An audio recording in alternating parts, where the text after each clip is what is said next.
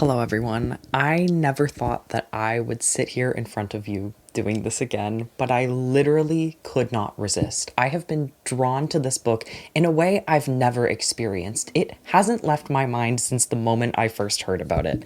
This is a mean, hateful, bad faith reading of Colleen Hoover's newest book, Woman Down. I'm not on any other social media. I'm not following Colleen Hoover's career. I wouldn't have looked twice at this, except it is a thriller. And if there's one thing about me, it's that I absolutely love tearing apart a trashy thriller. That is fun. There's nothing more fun than that. There's nothing in the world like that. Nobody phones it in like a successful writer writing a thriller. But what really got me here was the summary, which I have read exactly 2 lines of and which I'm going to read for you now. Her words used to set the page on fire, but a viral backlash over her latest film adaptation forced Petra Rose to take a hiatus. That's not even the complete 2 sentences. That is where I have read up to. That's all I know about this book. That's all I need to know. Literally, how could you not want to read that? Like I've already said, I'm not tapped in. I don't really know anything about the drama with It Ends With Us, and I'm not here to do a deep dive into that because honestly, I don't care, and you can't make me care. What I know is that her most popular book, It Ends With Us, was adapted, and it went really poorly and received a lot of negative attention that completely overshadowed the whole thing, and to me at least, it's now infamous. A lot of criticism I saw was of the marketing, making it seem like a fluffy romance and trying to do this like Barbenheimer thing when it was really more of a serious drama about domestic violence. And then of course there's this huge thing and all these lawsuits between the leads, but I just don't care. I just don't care. I'm here to read this book, and God, am I so excited to read this book. It's about an author getting canceled for a movie adaptation. I'm in. I'm averting my eyes from the rest of the summary, and I am taking the book up to the checkout, and I'm buying it, and I'm not thinking about any other book or anything else until the moment that I can open it and start reading. And we have reached that moment.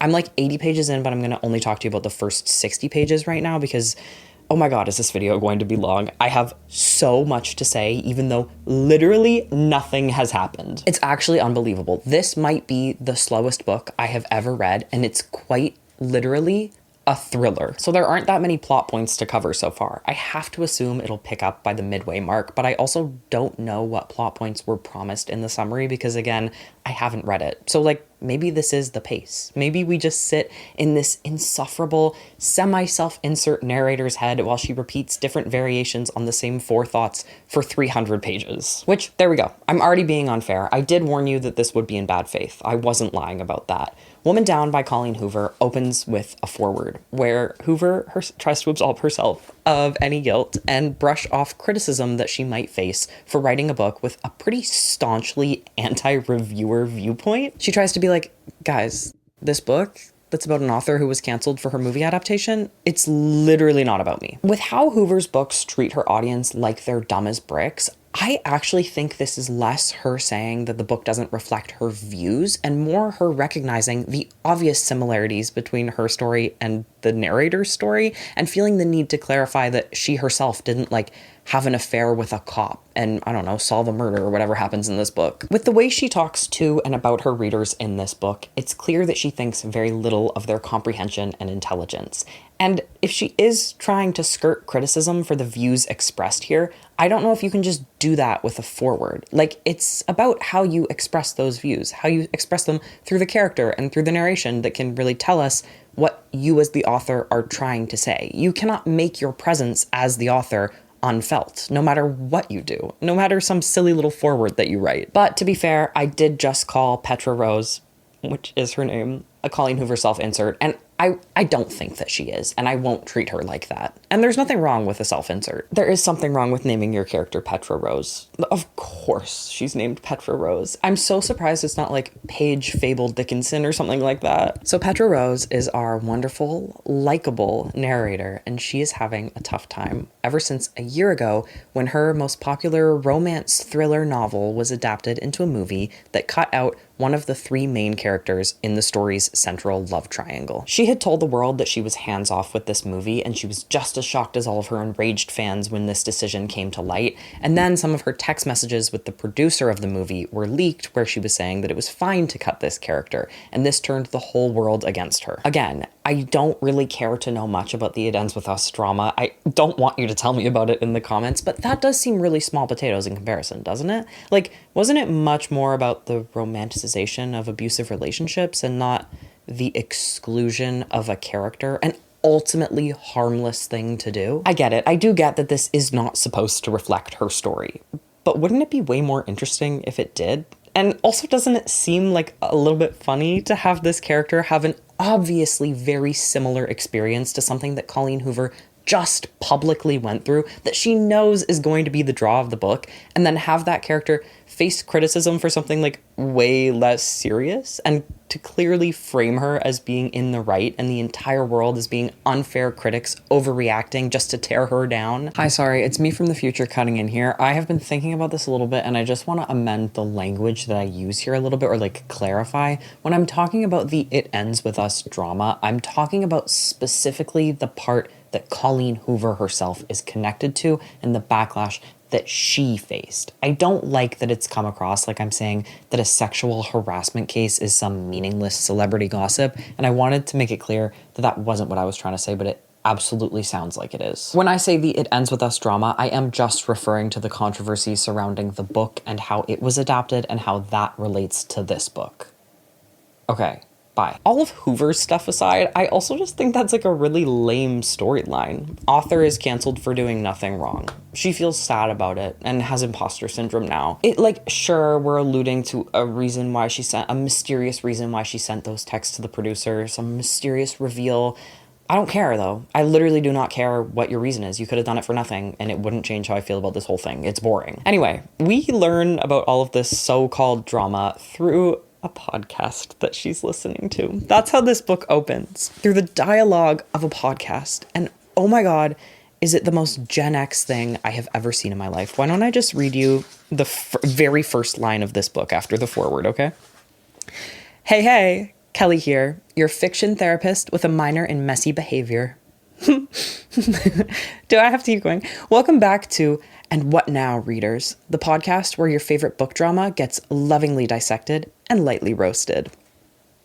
That is like genuinely our introduction to the book. This podcast is made by two meanies who say things that are explicitly meant for readers, and they are hurtful to authors, and they're here to spill the tea. Or as one of the hosts says, who needs alcohol when you can get drunk on shit like we have for you today? Which, like, what an unbelievably awkward phrasing. What an unfortunately awkward phrasing. What are we getting drunk on? Okay, so they introduce her book, which was called A Terrible Thing, by saying that it has the worst title of all time. And like right off the bat, this is setting a tone for how reviewers act in this world, right? Like this is a completely superficial comment for them to make. They say nothing more about it. They have no reasoning for this opinion. It's said just to be mean. As if people who talk about books have nothing productive to contribute. As if people who say negative things about this woman's books could not possibly have any valid criticisms. After saying it has the worst title ever, they immediately say, but it's also a deeply emotional and beautifully crafted story. And it shockingly got popular without a single dragon or wizard in it. Random dig at the popularity of romantasy. Colleen Hoover, you do not know your audience, baby. Also, complimenting the book like this is once again showing these podcasters as just jumping on a hate train, making shallow comments about low-hanging fruit that they don't even believe, but are just parroting to fit in.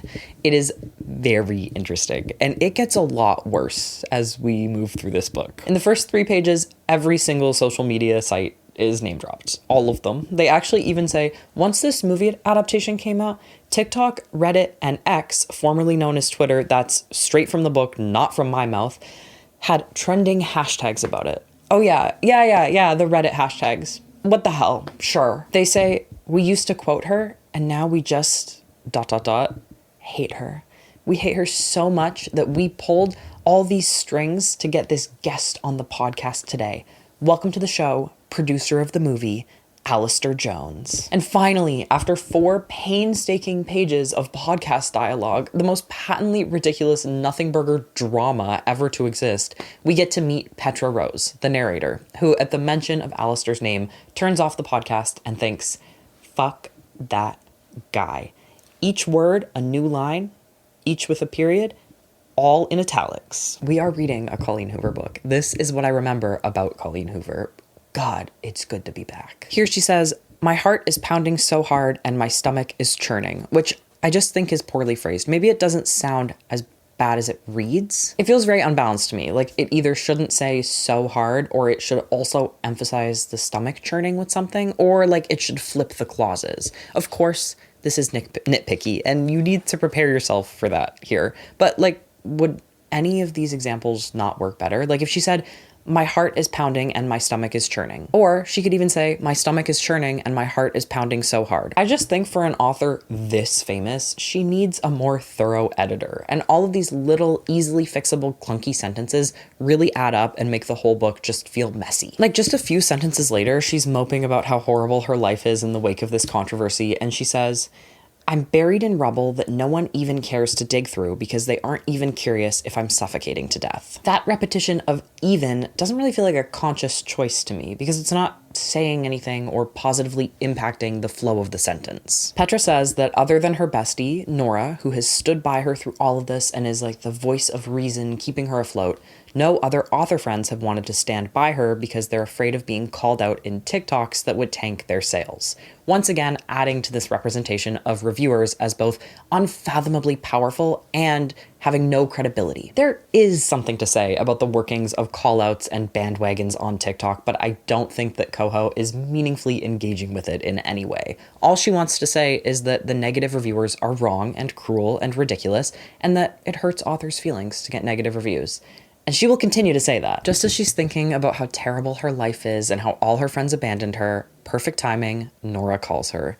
Nora is the spunky, crass, classic best friend character who has no personality outside of being a little bit of like comic relief and someone to challenge the narrator's obvious toxic, like woe is me thinking patterns. The first thing that she says here is, you don't need drugs. You need intense therapy and a good fuck. Which is awesome. That's so awesome. Honestly, it's like a pretty good, effective introduction to her. She has not been built out beyond this, and I doubt that she ever will be. Petra is like, I'm panicking. I was listening to this podcast, but I had to turn it off when I heard Alistair McFuckety Fuckface come on. Actually, hard to repeat. Like, she is a comedian. This is so... It's my first time swearing, and it's not a one-off. She keeps calling him Alistair McFuckety Fuckface like that's a good joke. Nora is kind of telling her that she just needs to suck it up and stop caring so much what everyone thinks, that she can post a Notes app apology and move on, or go on a podcast and tell her side of the story like he's doing, but that she needs to stop feeling sorry for herself and start living her life again. And Petra says, I'm not going to stoop to his level. I'm going to get revenge with my pen. To which Nora responds, but you use a laptop, not a pen. And I got shivers. So for whatever reason, when Petra hangs up the call, the podcast starts playing through the car's speakers again, and she hears Alistair say she wasn't the easiest to work with. And she says, neither were you, Alistair McFuckety Fuckface. And then she goes, I don't hate a lot of people, but Alistair is at the top of my list. And the bottom. And the middle. New line. He's my entire list, actually. Always the new line to emphasize the joke, which I almost was finding kind of endearing with this being my second Colleen Hoover thriller that I've read before. I cannot stand it, don't get me wrong, but it is fun to notice the same really annoying things that stood out to me the first time happen in this book. The line breaks for forced emphasis, the tendency to randomly italicize direct thoughts, even though it's a first-person narrative, and they could have easily been incorporated into that.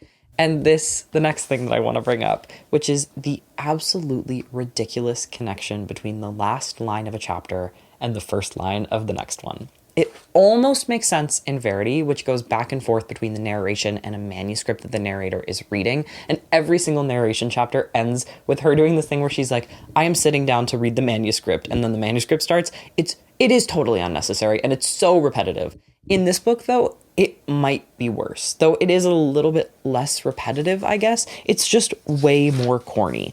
This first chapter, it ends by her saying, somewhere down this road, a cabin is waiting for me, along with a blank screen, a lot of silence, and hopefully whatever is still salvageable of my creativity. And then chapter 2 starts with, I don't know that any part of my creativity will be salvageable if there are neighbors. I'll give you more examples, because it's every single time. Okay, this is the best one. Chapter 2 ends with, and the icing on the cake, and then of course, new line and italicized, writer's block. And chapter 3 starts with, writer's block can suck a dick. I love it. I actually love it. I'm not even hating right now. That's so awesome. The author is so present on the page here. You can feel the sacrifice in quality to accommodate this pointless quirk. There's almost like a tangible stubbornness to it. And it is never, ever well done, which kind of just gives you something thrilling to look forward to. How is she going to artificially tie the beginning and end of a chapter together this time kind of thing? And it's always in ways that don't respect the full stop that a chapter break is. Like, they assume that you'll be reading this all the way through, which I doubt anyone could manage considering how unbelievably slow this book is. The most thrilling thing about this thriller is anticipating the next ridiculous thing that she's going to do with her writing. Okay, so Petra is heading to a cabin in the woods to isolate herself from the distractions and get over the writer's block that has set in ever since this controversy happened. She says that these escapes aren't just getaways, they're her mental therapy, which is a bafflingly weird way to say that. She really doesn't want the neighbors or anyone around to distract her, so she's dismayed when she sees the owner of the cabin rental waiting for her on the porch. She thinks that just from the sight of him, that he's the most irritating thing in the world. And then there's a line break. And she says, I take that back.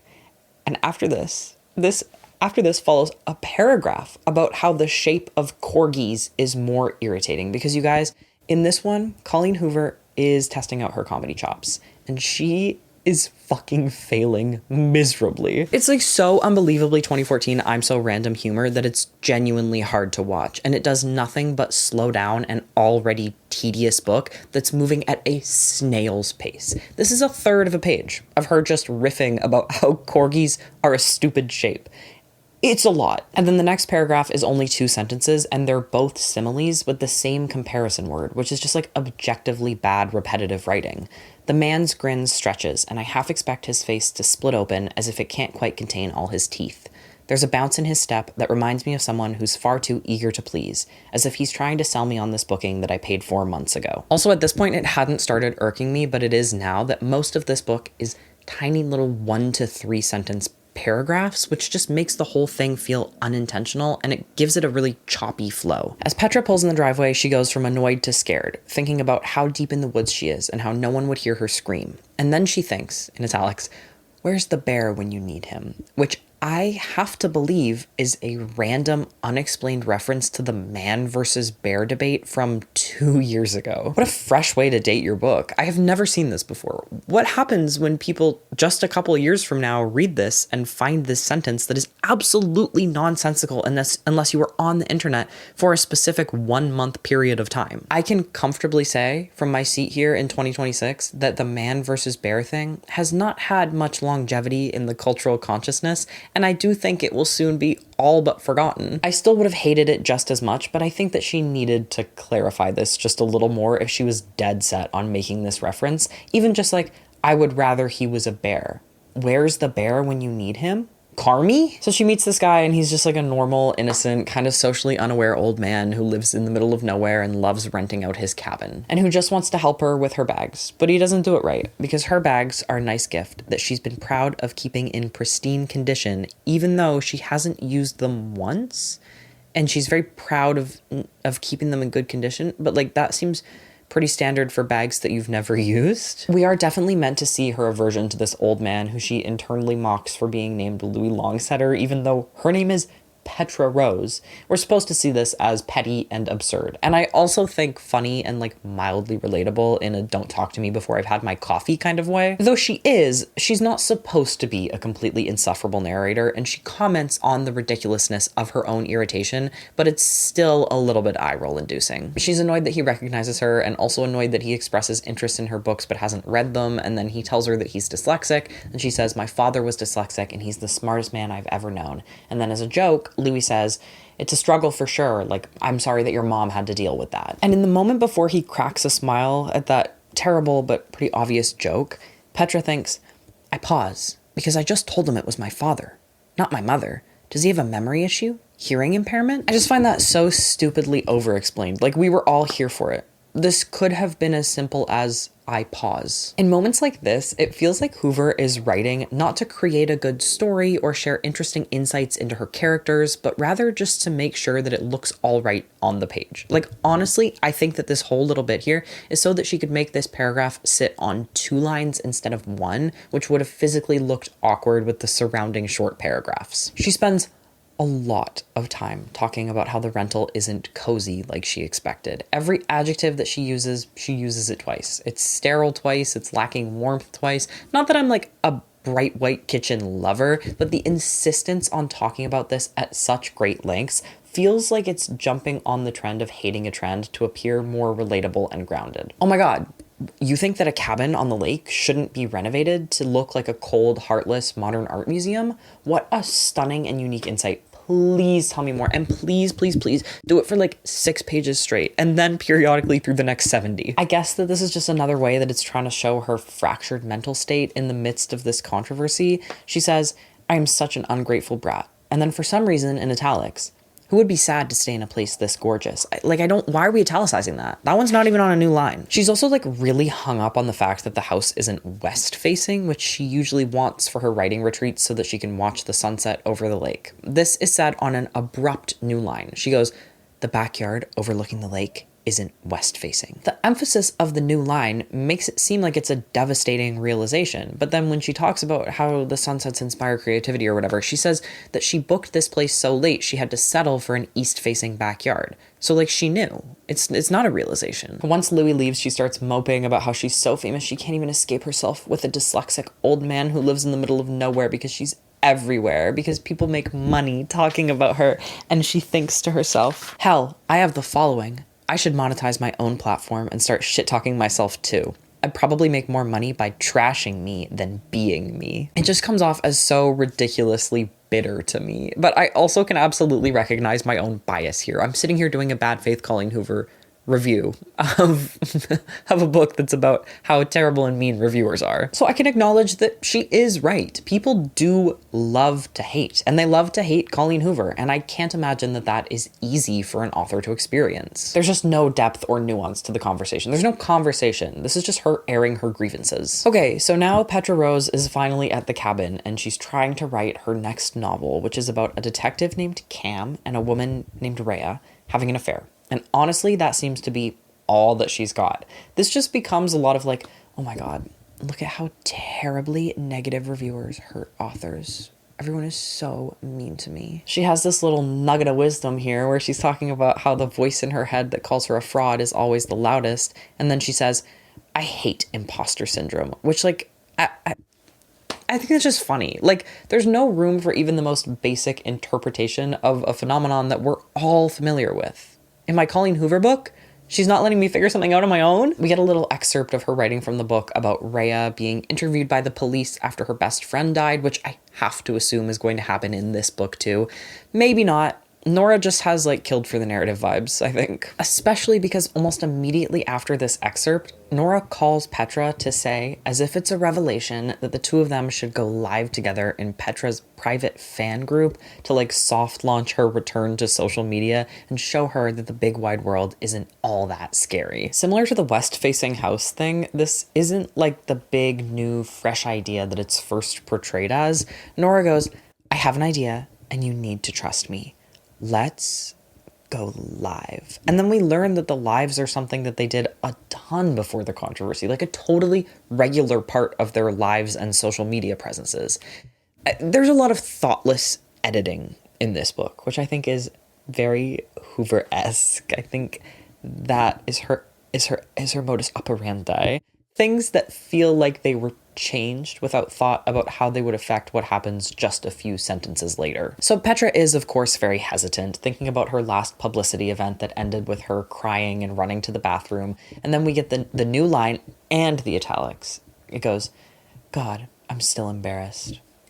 What is the point? What is the point of that? But she can't think about it too much because Nora is already switching to FaceTime and she sees Nora's face and Nora's face is giving her a look through the screen, and I'm not joking, that is genuinely exactly how this is written. It takes a full page for Petra to explain to us what a live is, and I actually just ended up more confused because she talks about how popular their late night lives were on TikTok, but Nora was very much like, we'll go live in our trusted private group just like we used to. She says that these lives gave their audiences an inside look at the process of writing their novels, and then one sentence later she says, I guess in a way it was like giving them insider access. I want to be clear to you that the entire book is written like this. Repetition after repetition, barely rephrasing the same thought over and over again for a whole page, just talking in circles until we finally manage to break out of it. It almost feels like madness, like a character's descent into madness, but it's so obviously not deliberate. This is true from paragraph to paragraph, but also sentence to sentence. Half of the book is redundant.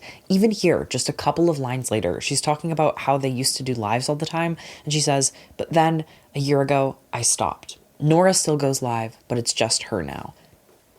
What? Like, I stopped and Nora still are both giving us the same information, that it's just her now.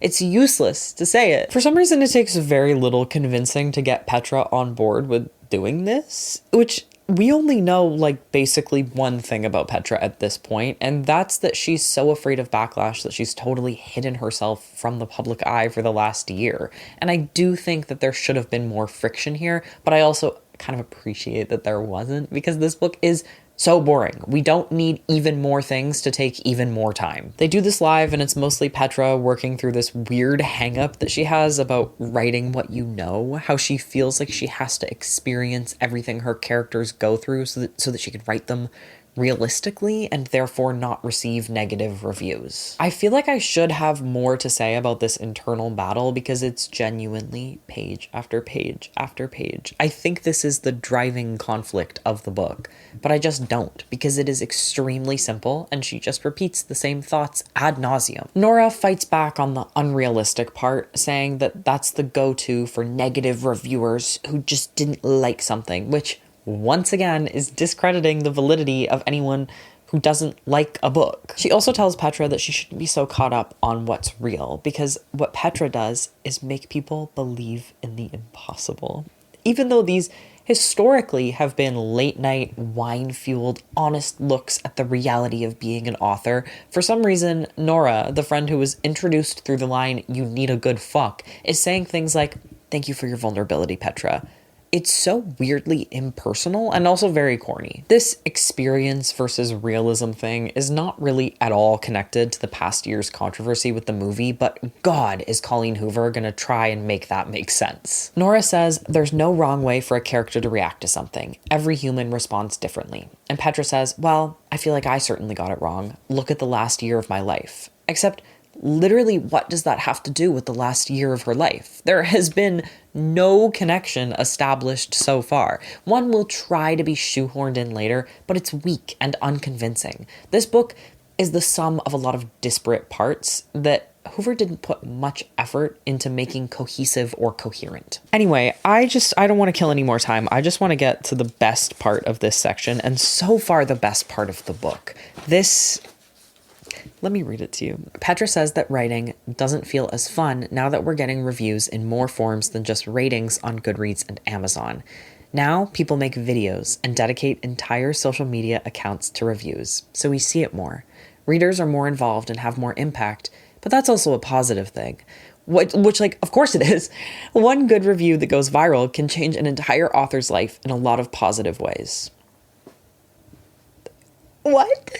This is so awesome. Reviews are bad if they're bad, but good if they're good. Hello? This is exactly what I wanted out of this stupid book. Girl, you cannot have it both ways. Every review should be good to protect my feelings is such an incredible take. I can't even believe it.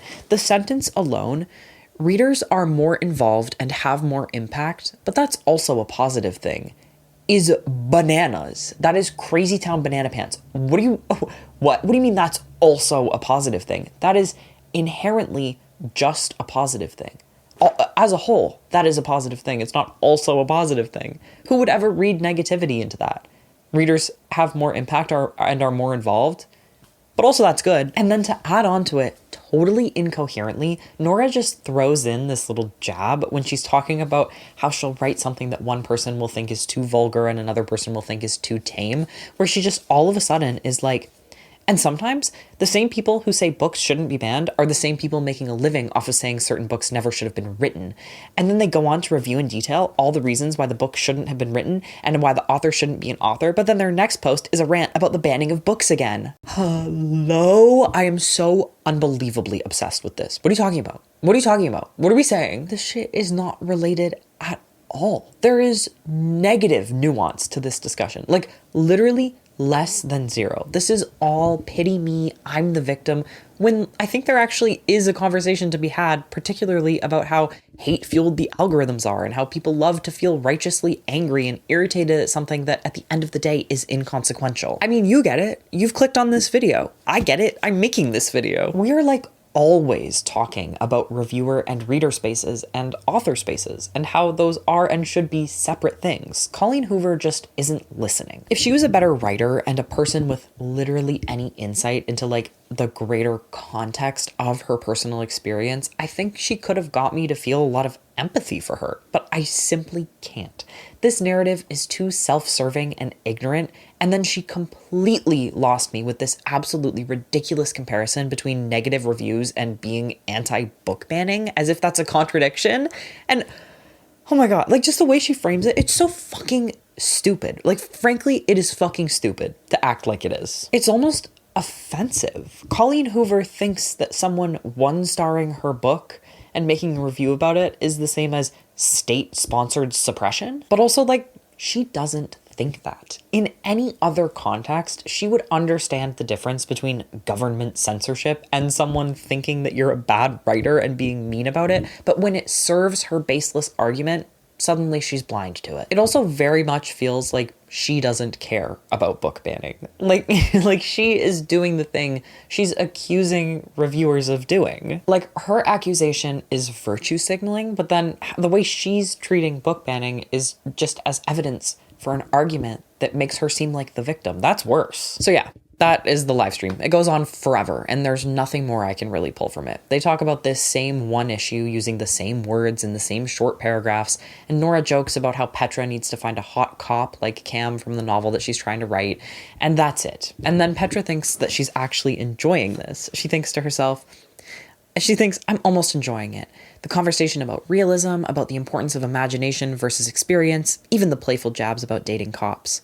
But like, why are you listing them like that? Those are the only things that have happened. There's nothing else that has happened during this live stream. I was there. I've been here the whole time, painstakingly. Why would you tell them to me again? Before the chapter ends, she says for the third or fourth time that she focuses on the negative attention more than the positive, but this time she phrases it as the positive words were like whispers, and the negative words were more like screams. And then she tries to connect this all to the failure of the movie adaptation, saying that negative reviews made her feel less confident in her work, so that when producers suggested that they cut this important character, she thought that the negative reviews were right, and that he wasn't well written, possibly due to a lack of lived experience. Could that be more shoehorned in? I don't think so. Like, you're just saying things. We know nothing about this cut character or what people might have called unrealistic. Colleen Hoover, this is your world. You could have written anything to make this make sense. You are obviously tied to both the author who got canceled for her movie adaptation story and to the author who needs to put herself in the role of her characters she's writing story, right? It is simply on you to tie those things together in a less lazy way. Could it really have been that hard? Who's the guy who got cut? Caleb, I think? Way too similar of names. Could the guy who got cut not have had like a really specific job that people complained about? Or like something like that? Anything? This makes no sense as it is. What we have now, however, is the reasoning for Petra's behavior set up. The next chapter opens with, of course, a callback to the last line of the last chapter. This is the laziest one yet. The last chapter ends with her saying, "It will be okay." And this one starts with, "It will be okay," I repeat to myself. That doesn't work for me because it's at least a day later. Like, what do you mean you repeat it to yourself? This happened so long ago. She's talking, of course, at length while saying nothing about how she has 2 5-hour energy shots a day because she's convinced herself that it'll give her 10 hours of energy. Then she gets a knock at the door and she expects it to be Louis Longsetter. But when she looks through the people, she says she sees a bunch of orange ... stuff. This is dumb. I just hate it. I can't imagine a world in which I ever care for that line. It takes her almost an entire page of thinking about this ginger woman's appearance before she finally opens the door for her. Louis Longsetter's wife, Mari, who works as an actress doing like crime scene reenactments. Petra does not want company. She doesn't like people. She's irritated by them. They distract her, but she opens the door because she wants to know if Mari's hair is natural. Like, okay, what the hell? When Mari says hi, her voice is a little bit too loud and a lot chipper, which again, like, I don't need to go on and on about how awkwardly that's phrased. This is the kind of inconsistent and clunky sentence writing you can only find in a Colleen Hoover book. Mari is a character. She is a flamboyant older woman who says things with confidence and gusto and doesn't care what other people think about her. She knows herself and her own qualities well and frequently states them, like, I know I can be a lot, kick me out whenever you're sick of me kind of thing. Mari has brought a pan of brownies to give her a reason to come by later and pick up the baking dish at the perfect moment. Mari is gushing about the new renovation and how Petra is the first person to stay there since it finished, which is something Louis also told her that has been hammered home, which is important in the next few seconds. Mari's saying that she loves this renovation so much that she's trying to convince her husband to live in this one instead of the next door one, but he says that the renovated one is better to rent. And she's like, I guess he must be right because it attracted a big-time celebrity. And Petra goes, oh no, I'm not a big-time celebrity. And Mari's like, oh no, I didn't mean you. I meant this other guy. Though he did stay here before the reno. I still think it shows that Louis is right. What? What? This is completely, absolutely devoid of logic. This whole conversation is just smashed together so there can be this awkward cliche moment where Petra has like a big head, I guess, but it's not even a big head because it's been made so clear to her that she's the only person who has ever stayed here since the reno. So of course she thinks that Mari is talking about her. If Mari had said that the reno had attracted a flamingo with 2 heads, I still wouldn't fault Petra for somehow thinking that she was the flamingo with 2 heads.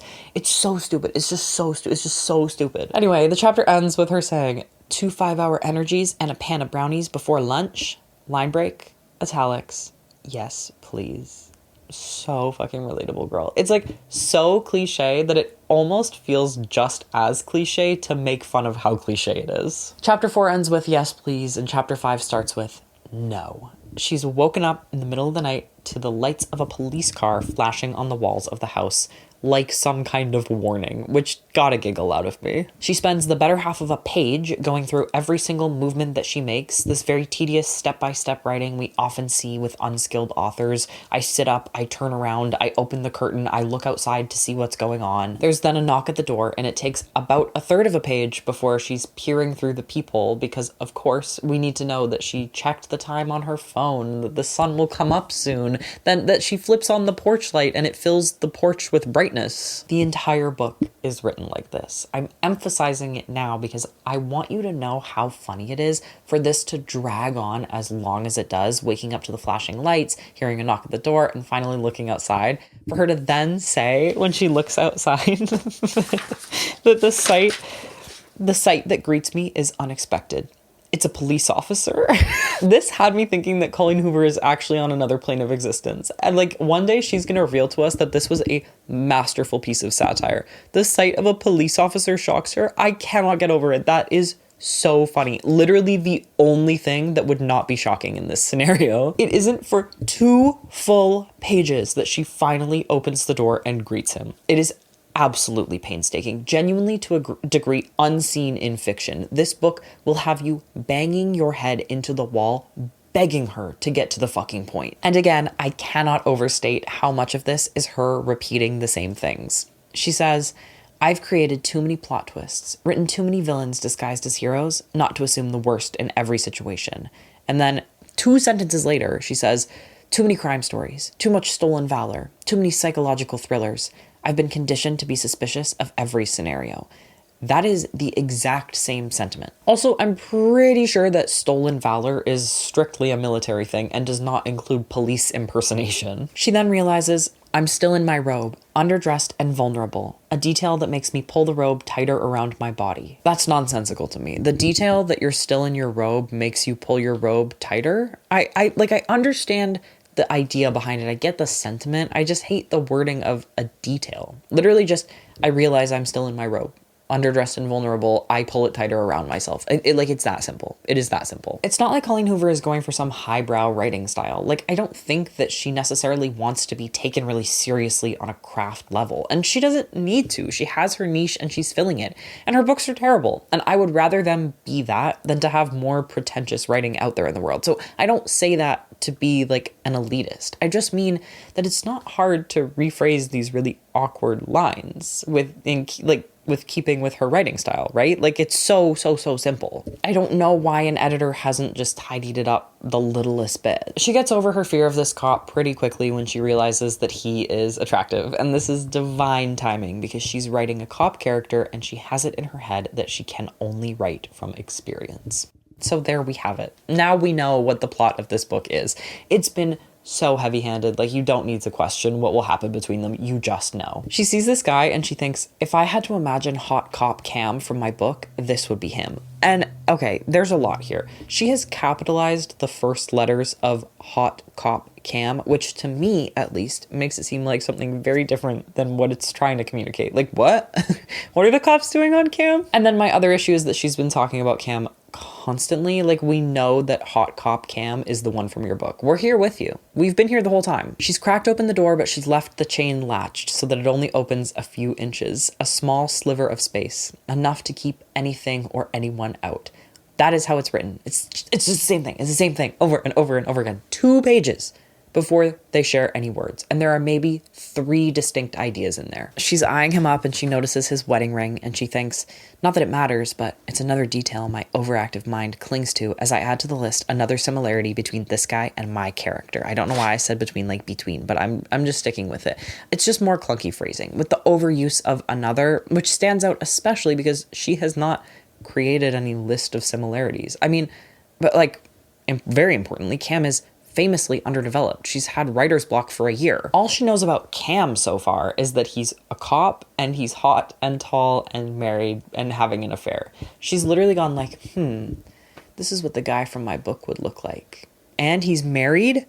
That's another detail that matches. I add to the list another similarity. That's just so weird. Like, she only just connected the 2 of them in her mind. As we go through this story, of course, Cam and this police officer will become one, but there's no foundation for that to be happening yet. So this is another, at best, strange, at worst, kind of incomprehensible moment. Finally, they speak. He introduces himself as Nathaniel Saint, which is so Colleen Hoover cop character, I almost fell to my knees. Once Petra has confirmed that Louis and Mari are okay, she invites this handsome cop inside, and as she does, her voice is quieter, as if the weight of the situation is starting to sink in. But this is a first-person narration. She's talking about her own voice. There's no as if.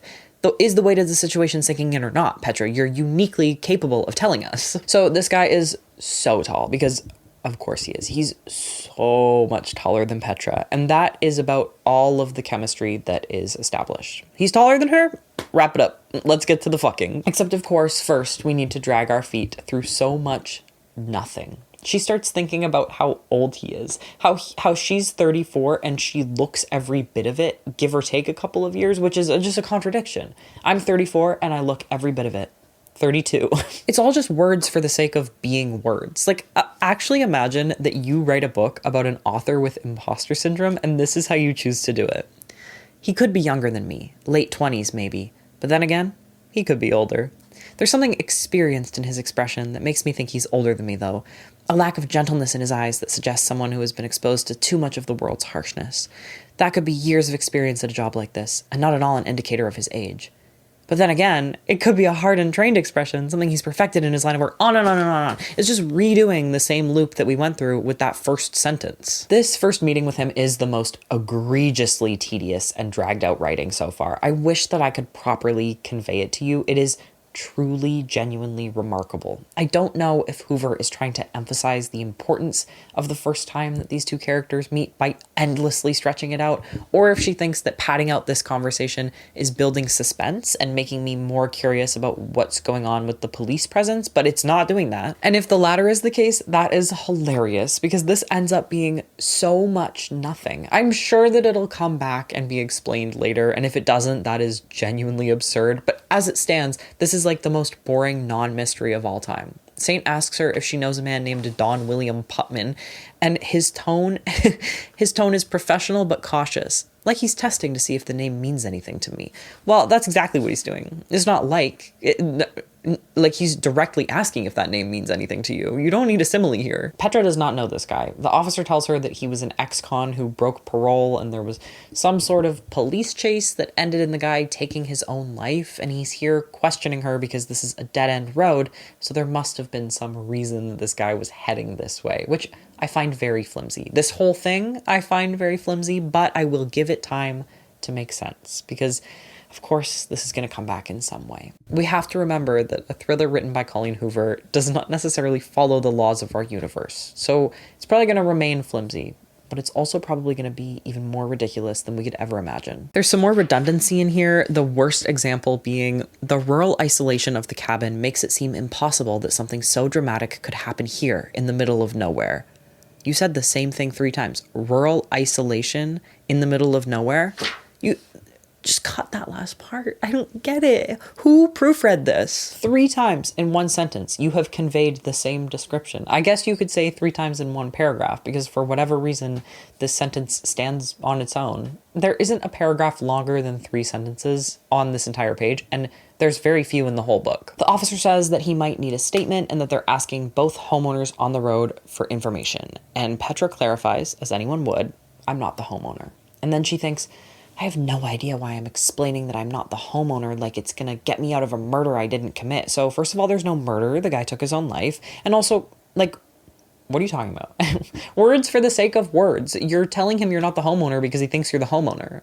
Like, it's not that hard to understand. He asks her if she's here alone and then tells her that she should be careful in this town and not tell anyone that she is out here alone. And he says, if you can, wear a wedding ring when you're out and about. You remember to pack one, right? You got one in your suitcase? This is like so detached from reality. I'm obsessed with it. I absolutely love that. She has taken this, Colleen Hoover has taken this thing that people do, I think mostly in movies, wear fake wedding rings, and she is acting like that's reasonable advice to give another person.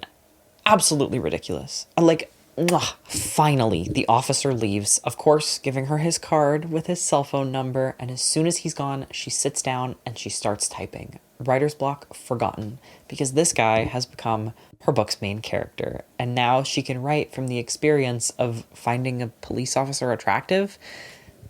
Yes, you guys, that is the book. This is the book. I have read a bit farther than this, like I said, but I'm tired. I'm tired of filming. I knew I wouldn't want to keep talking about this. So I'm going to stop here. I'm going to read a little bit more, and then I'm going to get back to you, I hope, around the midway mark. As I'm sure you can tell, I'm picking on everything. This book is driving me up the fucking wall. It's a fun time, but it also isn't. This is less fun than Verity, I think, because it's so unbelievably slow. But then also it's more fun because she has some insane shit to say in this one that there wasn't really space for in Verity. There are some quirks that I'm noticing in the writing that I might touch on later. Like, an example would be, she says, as if sensing my unease, Officer Saint softens his voice. And then just 5 pages later, she says essentially the exact same thing. His tone softening as if he senses my unease. Soften is used in that way 4 separate times over the 10 pages of this chapter. She also uses reassure 4 different times in this chapter, all in very similar sentences. Generally, most adjectives are used twice to describe the same thing, but often at least a page or 2 apart, because that's how long the descriptions and setting of the tone takes in this book. Most of my issues are with the abysmal pacing. I mean, how long have I been sitting here talking to you and literally nothing has happened? But the characters are also so much nothing. I feel like Petra has an opinion on everything, and it isn't functioning as like characterization because it never actually tells us anything about her. All of her takes are so lukewarm and blandly emotionless. I hate the taste of coffee, but I love caffeine. The big city is so imposing and impersonal and loud. Corgis are a weird shape. It also isn't just her that speaks in these rehearsed monologues in her narration. Every character who speaks out loud speaks like that. No one feels lived in or well developed. It's kind of funny to say considering what the drive of the book is, but all of the characters feel like characters. They feel unrealistic. Unrealistic is a complaint I rarely have about books, and that's not my main complaint about the characters. I'm kind of just making a joke. I think that they just are badly written. They're just badly written and flat, and everything is ridiculous, and I'm obsessed with it, and I will see you whenever I read a little bit more. Bye. All right, just about halfway through this book, and I am here for another update. And I can tell you right now that nothing has happened still. This book that is supposed to be a thriller. So Petra has met this man who has become her book's main character and given her the ability to write from experience. This is the core of the love story here. Later in the morning after she meets Saint, she writes her little heart out. She calls Nora to tell her what's happened and she goes, yeah, there was a police chase and a guy shot himself, some convict. Which just feels so heartless and like unempathetic to me, especially coming from a woman who literally 2 pages ago was like, wait, Mr. Police Officer, I'm scared. A human being died here. This is really dark and horrible. Now she hand waves it away with like, yeah, some convict, as if he's less of a person. But she tells Nora the most important part is that there was a hot cop. Petra says, oh my God, you should have seen him. And Nora goes, you saw a dead body? And Petra's like, no, I'm talking about the cop, Cam, which like, are you for fucking real? Nora, of course, says, his name was Cam? What an insane coincidence. And Petra goes, no, that's just what I call him. His name is Saint. Putting aside how patently ridiculous this bullshit conversation is, this is also the first example of something that will continue happening throughout this book and continue pissing me off, where Petra is fast-tracking her intimacy with Saint to a really unforgivable degree. Like, why did she say, that's what I call him, and not, that's what I'm calling him? They met 6 hours ago. They've spoken to each other once. Has she even had a single moment since their first meeting where she has had an opportunity to call him something? I would honestly love this if I thought it was a character choice, but it very much isn't. It's Hoover's inability to build up a relationship and write the whole arc of it. Like for her, it's meet and then start fucking. And so Petra and Saint both will keep talking like this, as though they've spent a lot more time with each other than they actually have, and as if they've earned this relationship that is given zero time to develop. Petra tells Nora that the character and the actual person are inextricable and have been since the first moment that she laid eyes on Saint, when her mind went, hello, Cam, meet Rhea's leading man. Which, like, I can understand what she's trying to say, but I think that's just really terrible. Like, who are we talking to? The first sentence is directed at Cam, and the second sentence is about him. It's just awful. It's so needlessly unclear. Nora, of course, is the supportive, excited, horny best friend who's like, I need to see him. Is there doorbell camera footage? And Petra, for some reason, says, I wish I had incognito-ly taken a photo, and it really made me feel like I was going insane. Incognito-ly.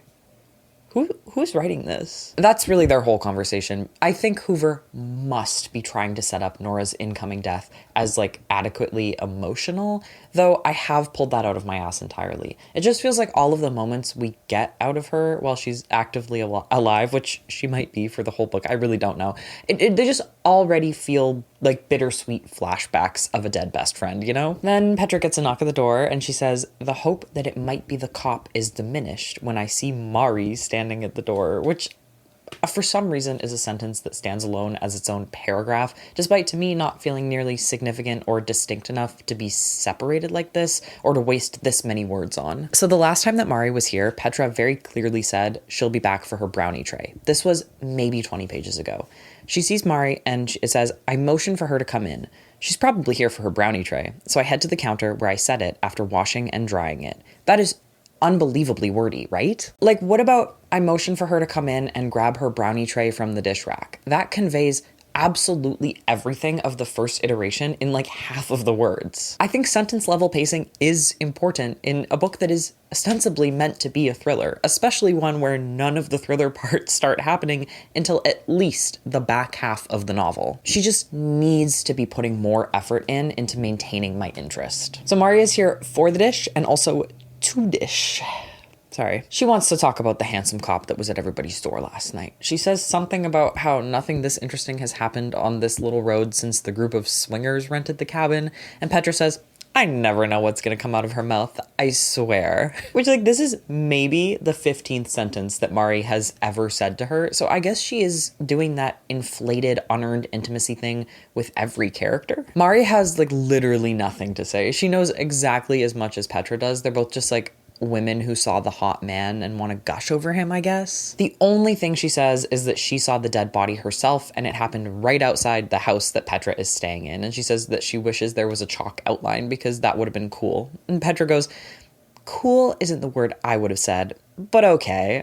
I got nothing else to say about that other than I don't like it. Forgivable in dialogue, maybe, but the tone of this book is never light enough for but okay to be acceptable to me. Very voicey, and not in a good way.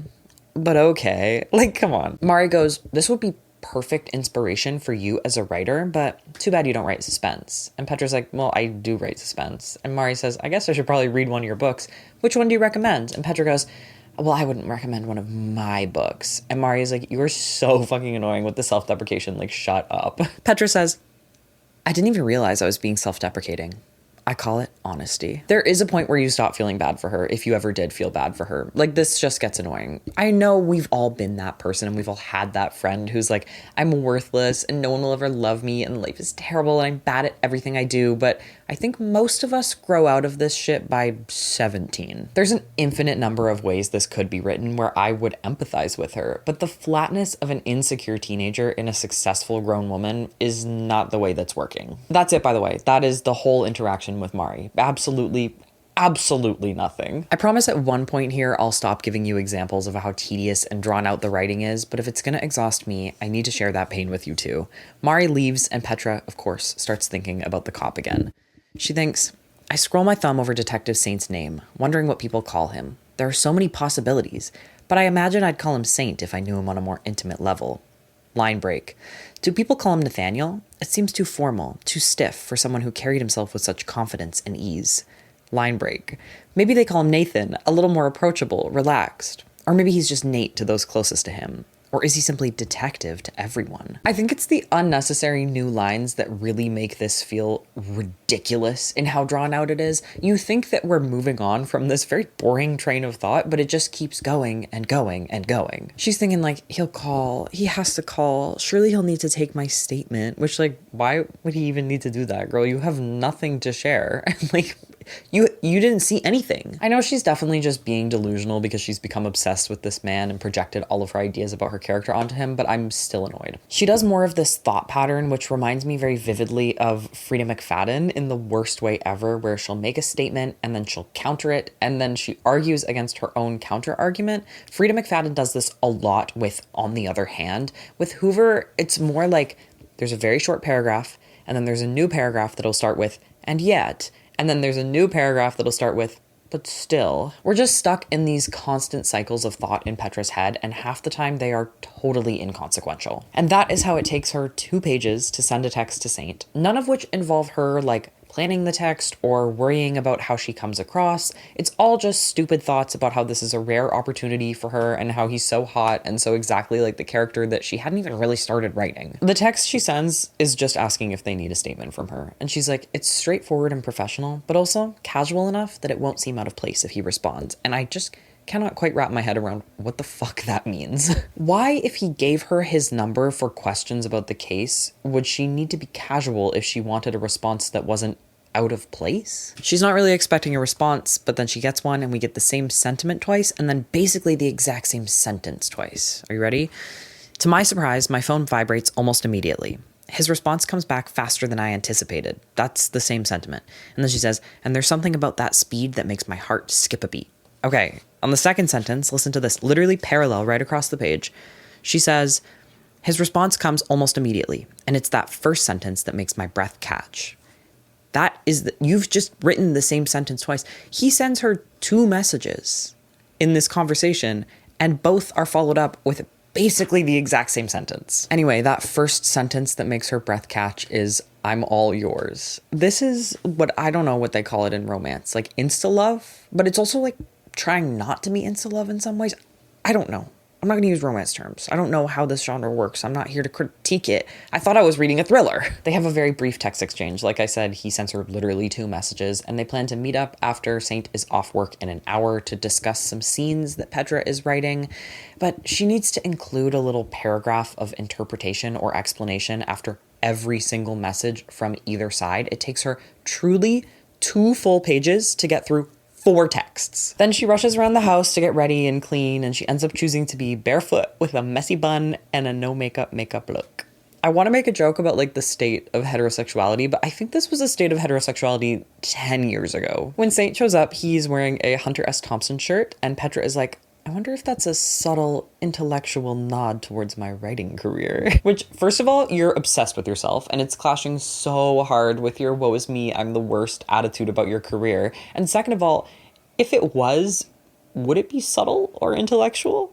I guess it's not totally surprising that this is Colleen Hoover's idea of subtlety. Anyway, she kind of stands there ogling him, and he gives her a smile, and she's like, "Normally, I would know what to do when someone flirts with me, but here, I'm stumped." So the issue is that she's trying to learn more about this cop so that she can write better. So she might as well step into Rhea's shoes and do what Rhea would do, which is flirt with him. What is most annoying about this, again, is it will seem like she's completed the train of thought because she has sucked every last drop of intrigue or insight out of it within 1 sentence, because everything here is very shallow. And then there's a paragraph break and you think, awesome, we're moving on to the next thought, because that's kind of what a paragraph break functions as, but she just continues rephrasing the same thoughts for the next 1 million years. And with this specifically, I really cannot overemphasize how much of the story is this exact back and forth. For right now, it's, should I flirt with him? Should I be Petra or should I be Rhea? And within a few pages, it's, is he pretending to be Cam or is he Saint right now? That is like the whole book. The 2 of them kind of like vaguely flirt, and it's horrific. Any sexual tension that might exist is flattened into nothing by Petra's relentless inner monologue, offering up the most unnecessary, long-winded thoughts about like how his name feels in her mouth. And he does go by Saint. I don't know if I made that clear. He does go by just Saint. I had already thought that it was strange that he introduced himself as Officer Nathaniel Saint in like a full-on professional capacity when they first met. I think this is probably just something that I made up in my mind, but in my head, police officers in the States often go by their last name following officer. And so to then know that also his friends and family call him just Saint made it even stranger that he would say, "I'm Officer Nathaniel Saint," right? Also, this whole thing is just fucking awkward. Neither of these people have any sauce. I think she's meant to be awkward, but we're definitely supposed to understand him as being like the brooding, mysterious, sexy man, and he just is not. He tells her he doesn't need a statement, and she crosses her arms, and she's like, "Then why are you here?" And he's like, you literally asked me to come so we could talk about your book." And then, of course, line break. And then she goes, "Oh, right. I did say that, didn't I?" It's so fucking corny. It's so corny. I think I could appreciate this whole not knowing what to do now that you've successfully got the large, handsome man in your home thing if their conversation wasn't excessively padded out with Petra's annoying interjections. They exchange very few sentences. That whole, "Oh, I did say that, didn't I?" That was her narration. That was not in dialogue. They say almost nothing to each other, and it takes forever. The pacing is non-existent. It just feels like a pain in the ass to get through. Saint tells her that he couldn't sleep last night, but it had nothing to do with his job. Is that not sickening? Does that not nauseate you? That cannot be how real people flirt, is it? Especially because his follow-up to that is, he says, "I couldn't sleep last night, but it had nothing to do with my job. I watched your TikTok videos." I'm dead serious. Is that allowed? Is that allowed? Okay, but then he starts talking about her TikTok videos as if they're the live streams that her and Nora used to do. He asks why she stopped, and she says, "Well, I just did one the other day in a private group, but I don't go on TikTok anymore." It has been many years since I've touched TikTok, so maybe something has changed, and Hoover is actually the one who's more familiar with it than I am. But from what I remember, and from like common sense, I actually think a TikTok live stream and a TikTok video are different things. Does TikTok now have like a VOD system? Am I meant to believe that she was clipping the highlights? Mind you, all of this confusion from a woman who earlier in the book spent half a page over explaining to us what a live stream even is. Girl, I'm starting to think you don't know. She says he's acting like it's the most natural thing in the world to Google search someone that you just met, but like, if you told them you were a famous author, I think that seems pretty par for the course. I guess she means it's weird to so openly admit it, but that's not what she said. So like, what? Okay, then they start talking about her book, of which she has very little to say, other than, I promise the lead isn't a cop just because you are. He was always a cop even before I met you. And then, despite the fact that she has already spent pages deciding to act like Rhea, and then once she had decided, did that really awkward, so why are you here if not for a statement thing that was so clearly her posturing as Rhea, after all that happened so long ago, she thinks to herself, just for a second, I wonder what Rhea would do in this moment. That is baffling. You have wondered about it for so long. What do you mean just for a second? What are you talking about just for a second? We have been through this and we've come out the other side. When he finally presses her to talk about why she made him come over here, instead of saying it's because I want to write my cop character better, she focuses on the I've never been in a love triangle part. Narratively, it's so very forced and awkward, and he just like fully takes on her conversation about writing from personal experience without batting an eye that she doesn't really have any questions about the cop part. She's like talking about how Cam is married and Saint is looking down at his wedding ring and they're blurring the lines between what is the story and what their real feelings are, and Petra keeps saying things in a voice that is barely above a whisper, and his gaze keeps darkening. He asks how the affair of the character starts, and she whispers, a kiss. And then she says she's stuck writing the part after the kiss because she doesn't know how Rhea would respond to Cam kissing her and then immediately turning around and leaving without saying anything. Out loud, Petra says, how would Rhea react after that? Would she get angry at Cam for kissing her even though she wanted it? Would she cry because he stormed out without a word? Or would she feel triumphant, like she won? And I've been meaning to say this, but that's not like a problem of life experience. It's been portrayed as a bit of a confidence issue, but this whole experience hindering realism thing, that's not what this is. This is a lack of insight into her characterization. It's plain and simply a lack of writing skill to be so completely unable to write your character's thoughts and feelings. And I really hope that the moral of the story doesn't end up being, yeah, she did need to experience it all to write properly so that it can like justify Petra sleeping with a married man. I cannot imagine a book written by an author where that is the moral of the story. Like, not even Colleen Hoover would write that. I will give it time to develop its message. I'm just like, that's kind of the direction it's heading right now. So she says that, and then he bites his bottom lip, and she's like, oh my God, it's just like the books I write. I wonder if he's read a romance novel. And then his phone starts buzzing, and he's like, it's my wife. But instead of answering it, he kisses her, and then he turns and he walks out the door. Oh my God. Wow. Now she can think about how it feels for her character. And she's like, my character wouldn't be able to acknowledge her guilt over the focus of the memory of the soft, intoxicating hum of his mouth against mine, which like, I'm honestly struggling to believe was even written by a human. It's so nonsensical. The hum of his mouth against yours? I don't know, I'm getting flashbacks. In the next chapter, Mari comes over and is day drinking from her Yeti cup in long, constant sips, and she's staring off into the distance, focused on nothing in particular. Am I nitpicking too hard, or is the redundancy absolutely ridiculous? You said the same thing twice. That's the same thing twice. I'm doing it. It's getting into my brain. I need to like take a break from this book. Nothing happens with Mari once again, which is making me think that like the plot twist or the thriller part of the thriller, which again still has not even been hinted at, is maybe going to be that Mari is murdered or is the murderer. I don't know. Like, truly, why is she here?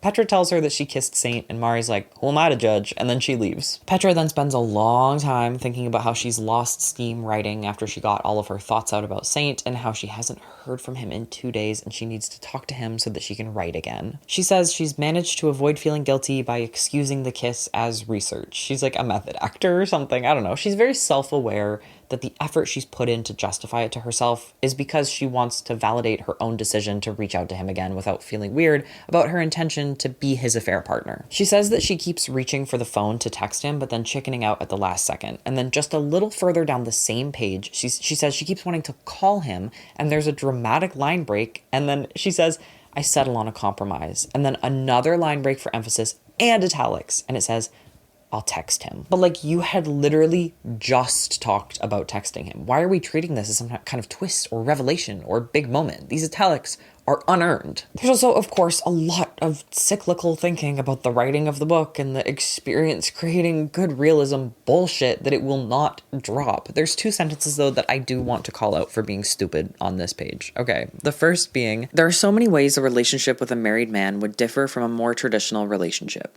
Not only would you not be able to go public with it, even to your closest friends, but you would also have to go to great lengths to keep it private. I just feel like the sentiment doesn't really fit with the format of the sentence there. Like, truly the sentence is, not only would you not be able to go public, you would have to stay private. Like, surely you could have worded this a little better or exaggerated the second part a little bit more, but like putting these 2 things up against each other as if one is so much bigger is really funny when they're basically synonymous. And then the other part I want to pick on is the repetition in these 2 sentences that together, of course, make up a full paragraph. This paragraph reads, "It's a feeling I can't quite grasp, but I know it's something Rhea would be wrestling with in the story. It's a layer of complexity I haven't fully explored yet, and I know it's the key to making the relationship between Cam and Rhea feel real." I just hate it because they're not exactly identical in a way that feels like it's like a deliberate stylistic choice, but they're also not nearly different enough for you to be able to easily read through this without feeling like you just read the same sentence twice. All right, so she texts him. It has taken long enough. I'm sorry, I am going to read a little bit more to you. This is how the next 3 paragraphs start, okay? Number 1, I stare at my phone after I send the text. Number 2, I watch the phone for a moment, waiting. Number 3, I stare at my computer for several minutes. Oh my fucking God, mix it up. She's just like pathetically waiting for him to text back. Whatever, he finally texts back and he says, "What do you need help with?" And she just straight up goes, "I don't know how it feels to be the other woman." Absolute insanity. Also, this is petty, but I really hate the way the texts are formatted. I'll put something up on screen. Like, why is her side not right aligned? I think it should be right aligned. Anyway, he's like, "Well, it would be rude of me not to come help you out." And then she gets back into thinking, this is just research, that's all. I'm just doing research. I'm not taking issue with this because I think that we're meant to believe her or we're meant to think that she believes herself. It's just so fucking repetitive. This could be a funny and delusional excuse maybe twice. At this point, I'm just thinking that the narrator of this story was born without a brain in her skull. Okay, so then she changes outfits like 3 times and she thinks to herself, women are so pathetic. All men have to do is show up, which is a stunning insight in the year of 2026. I'm not even paraphrasing. That language is all hers. Pathetic. That was her. Saint shows up in his uniform and then he gets changed in the bathroom for some reason. This doesn't really add anything, except we do get the awesome line. Like, he goes into the bathroom to change, whatever, and then she says, when Saint emerges from the bathroom, he's no longer in his uniform. Then she says something about that devilish grin that she's come to associate with him, which is an example of this issue of immediate intimacy that I was talking about before, where they apparently know each other so well that she just like calls him that or associates that smile with him. This also bothers me because I'm pretty damn sure in the 2, count them, 2 times they've interacted, I think he's grinned once. Unearned. Everything in this book is unearned. They start making out almost immediately. The whole time Petra is like, is he Saint or is he Cam? It feels like he's channeling Cam. He must be Cam right now because this is exactly what Cam would do at this point in the story. Like, girl, how the fuck would he know? He just wants to have an affair. They do like a little bit of role play and they're so unbelievably bad at it. Like, it is as forced as it could be. He says, how was your day, Rhea? And she's like, my day was good. How was your day, Cam? Also, just to be clear, he's really tall and she's a little tiny baby and she has to tilt her head up to kiss him because of course she does. Yeah, woman small, man big. In Verity, the dude would pick the woman up and carry her over his shoulder when she was distressed. So let's all just cross our fingers that we don't get that deep into the weird infantilization of a straight couple with a height difference in a romance novel. He does here effortlessly pick her up to get her on the counter to make out, but at least we're not at like the total stripping of agency in an emotional moment that we saw in Verity yet. He asks her a question that is laced with curiosity and she repeatedly thinks that she hopes this is real. Then he kind of like eggs her into talking about her book and she's like, I would usually never give spoilers, but for him, maybe. Except she already said that she would give spoilers during her live streams. Whatever. She tells him that Rhea gets hurt at the end of the book when someone that she's trying to put away in prison breaks into her house and breaks her arm. And he gets all like weird and protective about it. I don't know if I said this, but the character of Rhea is a lawyer. Petra has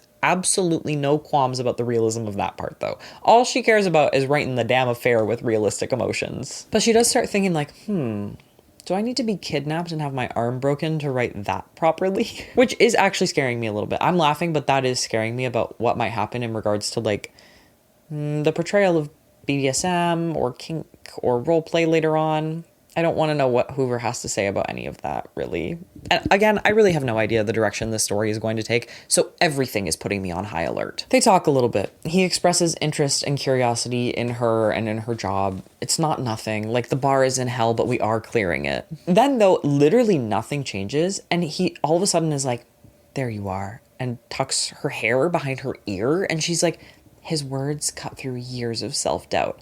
And I have to believe that something was edited out that would have made this coherent. Also, 3 sentences later, she uses cut through again. This time she's like cutting through the connection she feels to him with humor or something. I don't know. They start making out again. And then she thanks him and she thinks this conversation has been so liberating in so many ways. And like, what? Like, was it? Like, I literally could not follow it. There was no through line. They were just saying stuff and then kissing a little and then saying some more stuff. There certainly wasn't like a realization or anything of the sort. Like, no enlightenment was even hinted at, except when he randomly said, there you are. And she was like, oh my God, he really sees me. He asks if he would be allowed to read her manuscript, and she says maybe, and then his wife calls and he kisses her and he leaves. So many words, both in the book and said by me, for another chapter where virtually nothing happens. I thought this was a fucking thriller. Okay, let's get a move on. Next chapter, they plan to go out on the town. They're testing limits and they're getting dinner together because that's what's happening in Petra's book at the moment. She uses the word thrill 5 times in this 12-page long chapter, starting with the sentence, the casualness of the text doesn't match the density of the thrill it sends through me, and you just have to assume that she meant intensity of thrill, because what the fuck is density of thrill? So they meet at a bar 1 town over and they do some more of the ambiguous role-playing, are we us or are we the characters thing. We do get an awesome line here where she says, he orders another old-fashioned. The word comes out smooth, probably like the drink he's just finished. That really made me happy. That made me a little bit giddy. I love that kind of shit. Basically, they just sit at the bar like forever and ever and ever. She thinks, guess what I'm gonna say about whether or not they're role-playing. Also, like, it's also been established that there's a mirror behind the bar that you can see the entrance from if you're sitting at the bar looking in the mirror. And then that's completely forgotten when a couple walks in and Saint stiffens and Petra wants to turn and look at them. Like, she should just be able to look in the mirror and see them. Anyway, he's just acting. It isn't anyone he knows. What he does know, though, is that the scene in the book that they're acting out right now ends with them getting paranoid and eating in the car. So that's what they do. It cuts to them in the car, and he says, where did you go to law school? And she thinks, the question makes me laugh because I'm a writer, not a lawyer. That got my eye twitching. That line really got me. I felt like I needed to pace. Excuse me? 113 pages into this book. Did you know she's not a lawyer? Every single sentence that has been written so far has had to do with her being a writer. But let's just make sure you picked up on that. Did you know? Did you know that she's a writer? Did you know that? Did you know they're role-playing?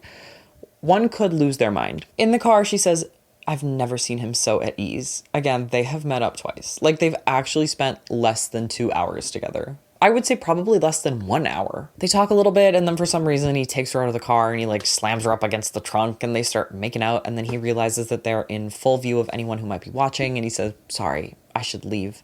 I'll be in touch, Rhea. She wants to ask him to stay, but she instead watches him retreat, slipping back into the saint that she's used to. I don't need to say it again, but like, you're not used to anything. You don't know this man. And more importantly, most of your time together has been spent in this half roleplay state. So like, what does that truly even mean? Anyway, at the very end here, Colleen Hoover does perhaps the funniest thing I've ever seen an author do. She pats herself on the back for her own line. Petra says, I watch him slip back into the saint I'm used to. The man who always seems to be running from something, even when he's standing still.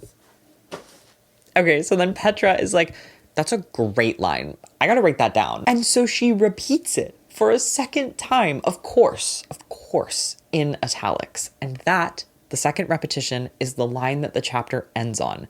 So guess what the next chapter starts with? The same line, repeated a third time. And even better than that, it's not just repeating it a third time. It's Nora saying it out loud and telling Petra how great of a line it is. Sorry, can I just remind you what the line is? The man who always seems to be running from something, even when he's standing still. That shit is straight out of the like depressed YA how to self-harm books that I was reading at 13 and annotating the shit out of, thinking that they were so deep. Also, to be clear, the line doesn't make any sense. She doesn't know him. She doesn't know him. Anyway, that is where I'm at so far. I promise I will not come talk to you again until something has happened. Here I was getting a little bit tired of calling out the very clunky writing, and I know that probably means that you were too. So believe it or not, I was skipping over a lot of lines that I've annotated as being extremely poorly written. Just know they are abundant. This book is far, far worse than Verity. You can read out any excerpt and it will come across as unskilled and unedited, with or without context. At least in Verity, a lot of the writing was like inoffensive. None of it is here. It all has something wrong with it. I am finding it brutal to be so in a character's head when she has no interiority or insight. And also the writing is really bad and the plot is non-existent. It's pure garbage. I really hope that shit hits the fan soon, for both of us, for both of our sake. I will see you later. Okay, I'm back. That was on me. Stuff started happening like literally a couple of pages after I left. But nothing for 120 pages is still absurd. Things have happened, but that doesn't mean there has been any change to the abysmally slow pacing, and even scenes that should be inherently thrilling have had any excitement wrung out of them through the awful, tedious writing. Like I said, the next chapter starts with Petra talking to Nora after her date, and Nora is telling her about how good that line is. My favorite part of the book. God, I love it. Nora gets Petra to send over her manuscript as it is currently, and she asks, still untitled? And Petra says, I'm still not sure what the book will be called, so right now, I just have the literal word untitled as the working title. We got that. I actually understood that from what Nora said. I'm so tired of being spoken down to. In what world would I need her to explain that to me? All of that is implicit in Nora's question. Now I do kind of want a book about a popular author who's like chronically misunderstood by her audience and starts writing super defensively and self-consciously so that there's no room for misinterpretation. But that is not what Colleen Hoover is doing here. I mean, it is, but it's not what she's trying to do. There's just like no understanding of effective communication, of like the purpose of any of her words. Why even give us this information through dialogue if you can't trust that we're going to understand it and you still feel the need to explain it through the narration anyway? It's ridiculous, but of course it is.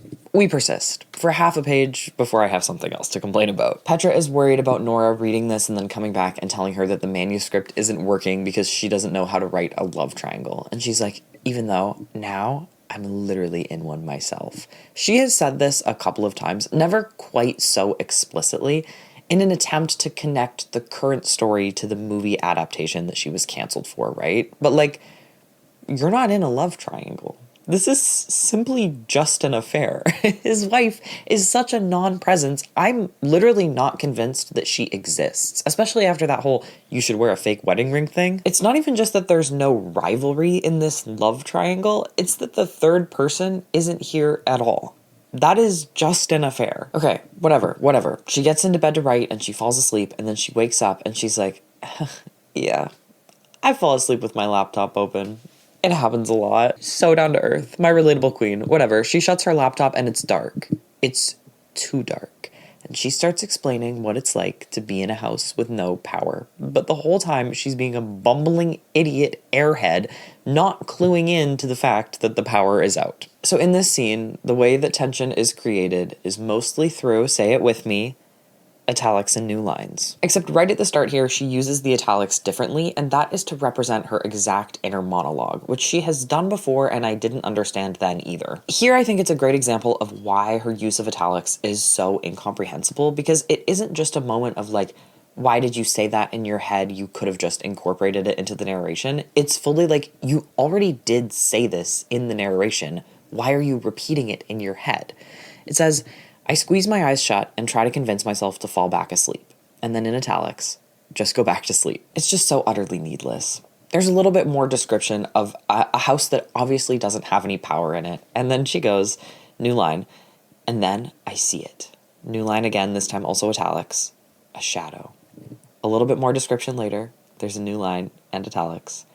This can't be real. Is that working for you? Is that sending a shiver down your spine? Are you afraid right now? All I felt in this moment was relief that I finally had something to share with you plot-wise, and maybe like a little bit of curiosity about where this was going to go next, but all of that was squashed once we got to the pages and pages and pages of repetition as this mysterious stranger standing in her doorway drags her through the house and ties her to a chair. That should innately be a scene that we feel at least a little bit of something about. Like, it's truly a skill to make a home invasion boring, but she manages, and she does it with flying colors. It's in lines like, I'm paralyzed, unable to move, or he locks me in place, making it impossible to move, or her saying that she's searching for something, anything to hold on to 3 times in 2 pages, or her describing things as suffocating once a page during this chapter, or saying that she's trying to break free 3 different times, or when she's tied up and she says that she's tied so tight that she can't even wiggle her toes without feeling the strain, and then immediately she says she can't flex her fingers without the rope digging into her wrists, or her finally realizing after a million years that the power is out, which is something that I complain about all the time. Not only is it irritating to read about a character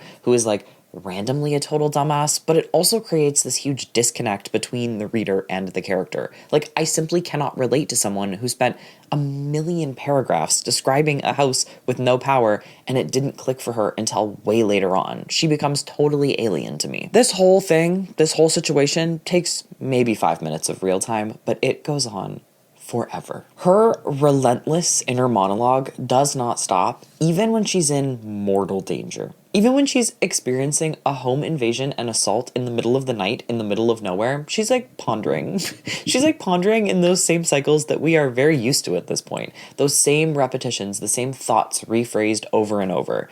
Even here, being dragged through the house and then tied to a chair and gagged. There's actually a moment where she says, "There's no time to think."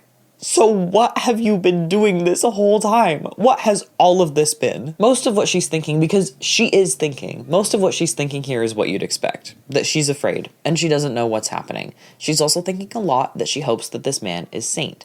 And you know exactly how it's written. This is her literally being dragged through the house by her hair, all right? Why am I hoping it's Saint? Why?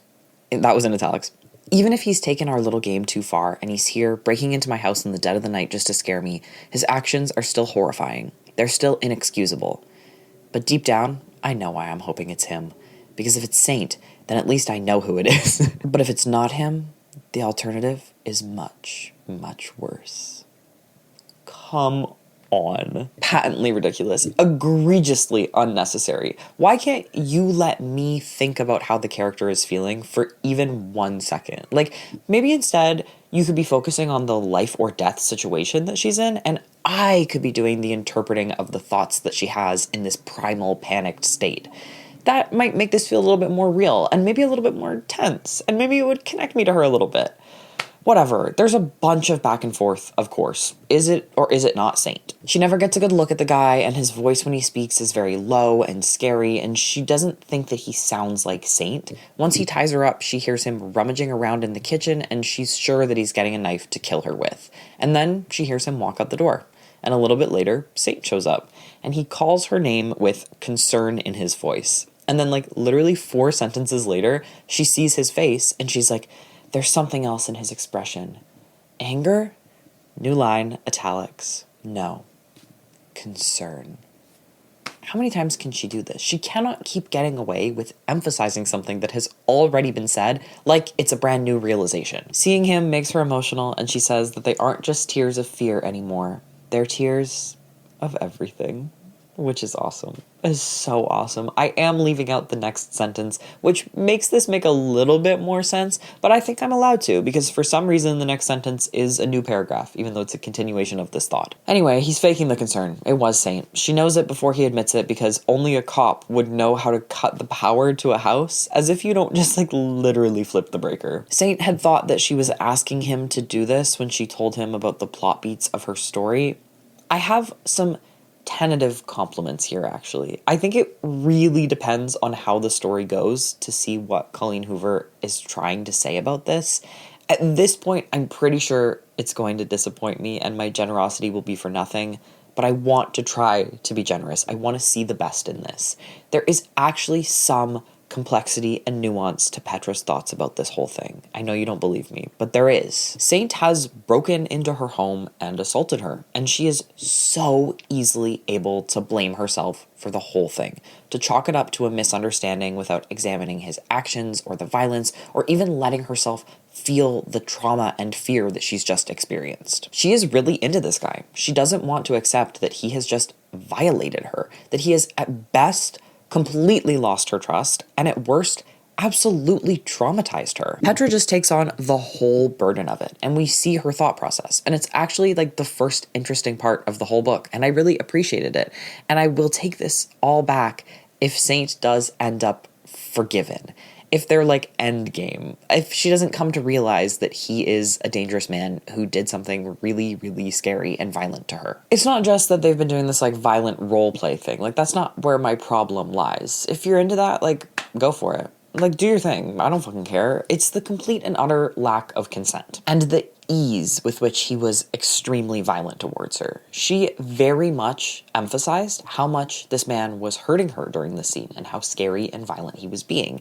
If in the end this is just meant to be accepted as a misunderstanding, I'm going to be really pissed off because there is a lot here with women taking on the responsibility of men's abuse and like abusive relationships and blame and how that works. And if it just ends up being Saint was just doing this all for her, I'm going to freak the fuck out. I'm really unsure whether she's actually saying anything about this or if this is still meant to be a romance between these two leads. That ambiguity, though, I don't think is a bad thing. It just will be depending on how their relationship ends. You know, it's like really hinging itself on the ending, and I'm scared. I'm scared. Who else is scared? It could be okay, as long as we're not meant to be like, you know what, yeah, this was your fault. And actually, he's really hot and sexy, and he was just trying to help your writing career.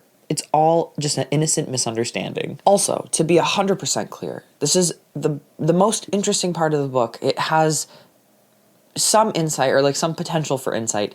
That does not mean it's well written. It is still the same book. It is still the same author. Like she says in italics, of course, do I even have the right to be angry at him for doing this? The thought stabs at me, sharp and cruel. I hate that I'm questioning myself. I hate that I'm doubting my own feelings. But the truth is, I don't know if I have the right to be angry. Love what you're getting at, hate how you're saying it. You said the same sentence twice. You said it in italics and then you said it in the narration. Why are you doing that? And then she does it again in the next sentence. Somewhere deep inside, a small, shameful part of me wonders if this is what I hoped for. If, on some subconscious level, I craved this chaotic, dark thrill. New line, italics. Did I subconsciously want this to happen? I just will never understand this. What is the point of repeating it in italics? I don't fucking get it. Whatever. She's thinking about how she didn't lock the door that night, so she must have been asking for it. She says, he wasn't trying to hurt me. He didn't want to scare me. While that is super obviously not true, especially considering the whole time this was happening, she was screaming, Saint, if this is you, you need to stop. I really don't know yet. This is something if it's something, and it is worse than nothing if it isn't something.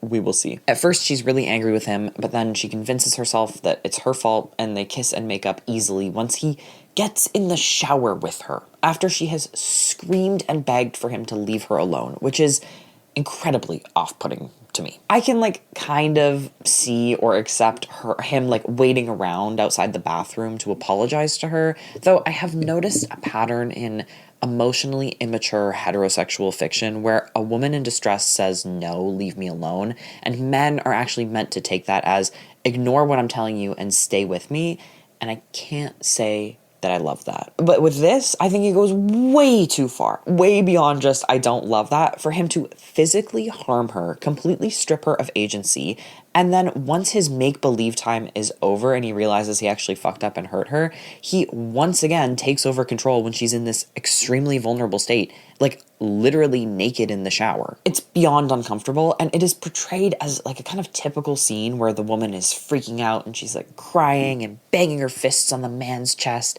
and he persists. He wraps his big strong arms around her, and then she finally relents and she melts into him and cries, and it's look, he knew how to be there for her even when she was an emotional, illogical woman who didn't know what she wanted. You can picture this, right? I don't like it on its own, and I definitely don't like it in this context. My next issue, I'm certain, is a regional thing, but once they're out of the shower, which, by the way, he got into the shower fully clothed. I don't think I said that. He was fully fucking clothed. That adds a absurd layer to the unbalanced dynamic of her vulnerability. Oh my god. They get out of the shower, he makes her tea, and she says that he puts the teapot on the burner. That's gotta be regional. I have literally never had a teapot that you put on the burner. Does she mean kettle? She's just standing there watching him being like this cliche picture of a caring, considerate man because, like, maybe it's showing us the duality of an abuser, or maybe it's wanting us to forgive him, like she is actively doing. Here she says nothing but a towel twice in 2 sentences. I'm still wearing nothing but a towel, the fabric damp against my skin, and for a moment I feel a bit more exposed than I'd like. But there's something about the sight of Saint, this version of him, vulnerable in nothing but a towel in the middle of my kitchen.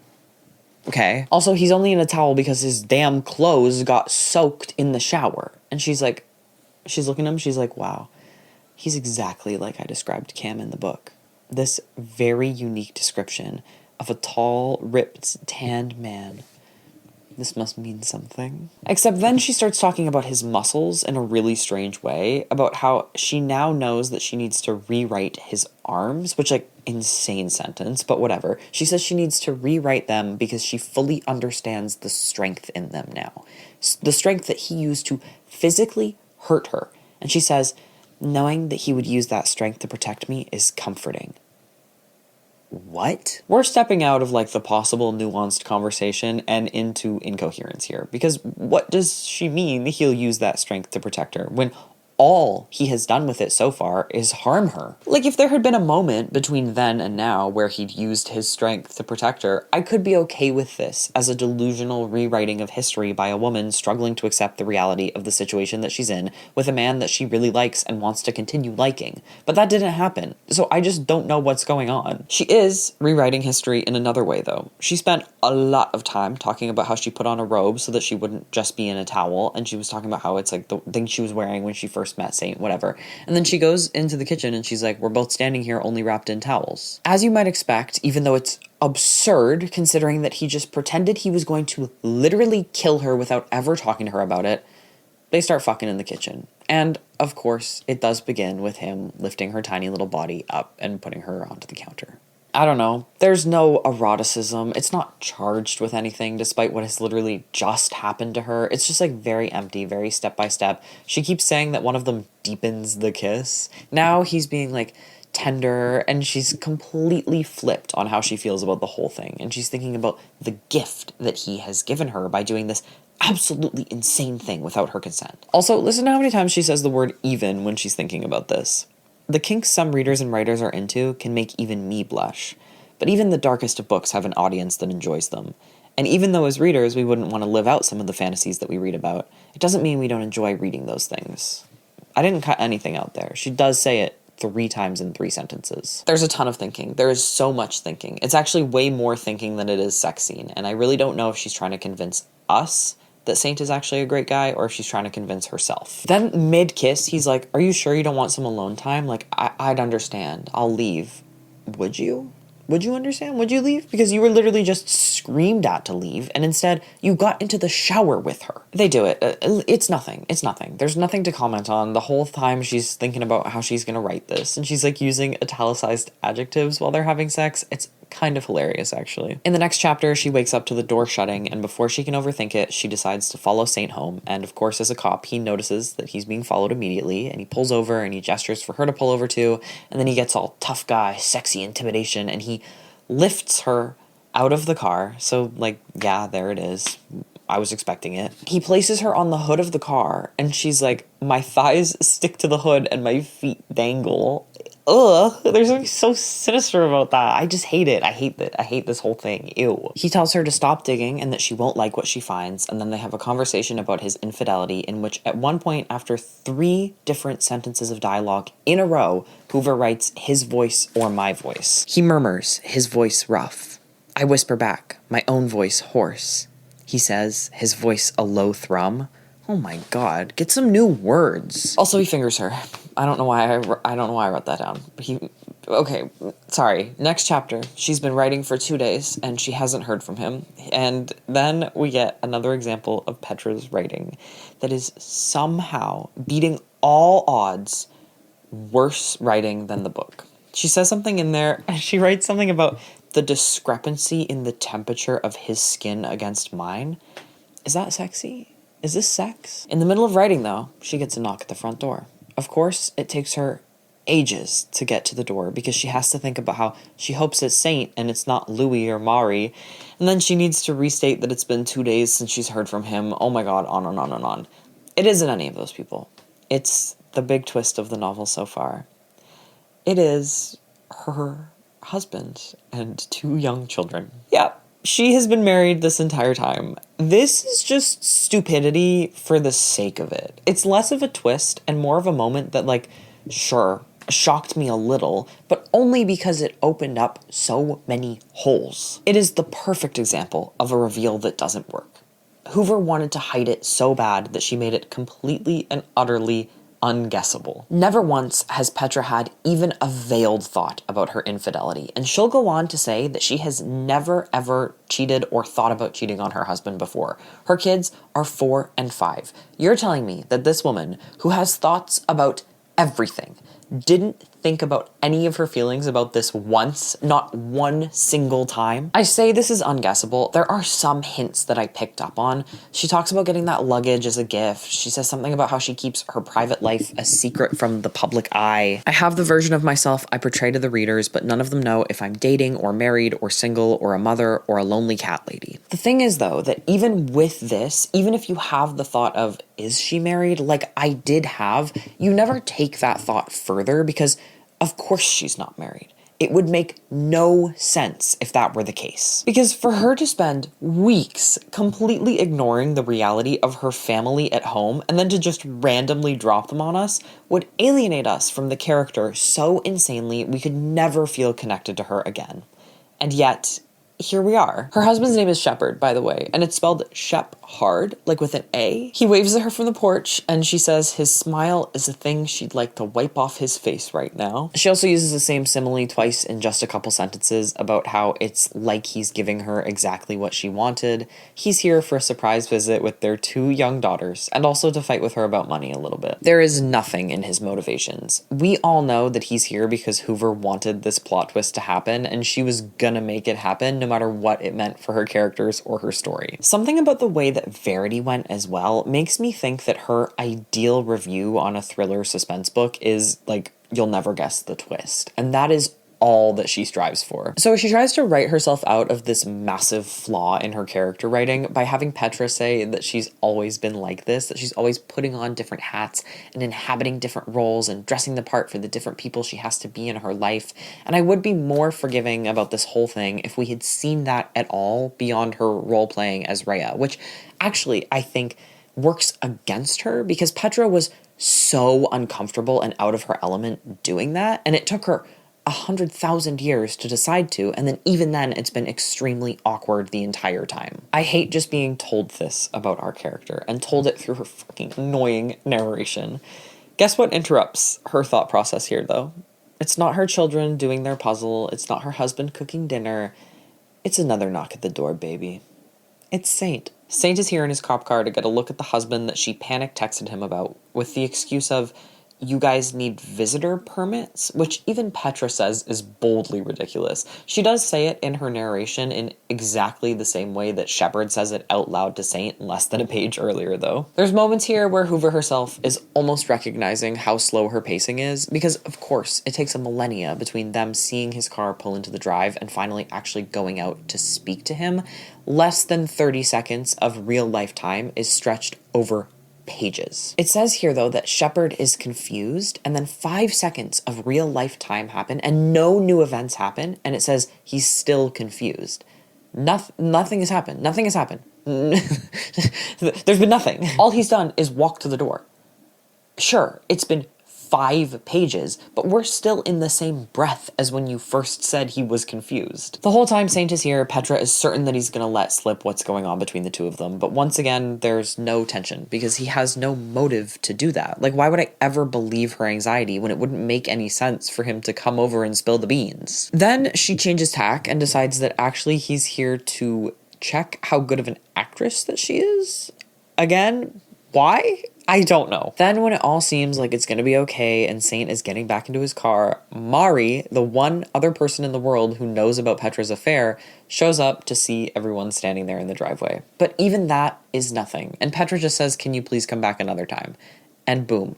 It has been 100 years, and Shepard is none the wiser, and I didn't feel an ounce of anxiety or even curiosity for how the scene would unfold, because I knew we would of course end up here, in the exact same place as where we started, but having suffered through more writing crimes that I won't subject you to, except one. Let me just say one. She says something, and then she goes, I say that in my most convincing tone. And I think literally anyone else on the planet would have said it, I say it in my most convincing tone. And I'm realizing, saying it out loud to you right now, that this doesn't really make sense, so I'm going to actually find it and read you the whole thing. Yeah, it's ... comforting, I say, the words coming out hollow, empty, devoid of any genuine emotion. I say that in my most convincing tone. It should be it, right? I say it in my most convincing tone. What are we doing? Every other problem I have here is a simile. It's similes as far as the eye can see, but they're not even interesting. Like, I don't even need to tell you about them. They're just really horrible and really repetitive. Moving on to the next chapter, she's hanging out with her family and feeling relieved, but also like a guilty piece of shit. She says that she deserves the World's Worst Wife and Mother of the Century award. Maybe this is meant to be 2 awards, World's Worst Wife and Mother of the Century, but that isn't how it's phrased, and I think it's awkward as it is. I'm being so nitpicky, but like nothing would be world's worst and of the century, right? Like how much more normal does worst mother of the century sound compared to world's worst mother of the century?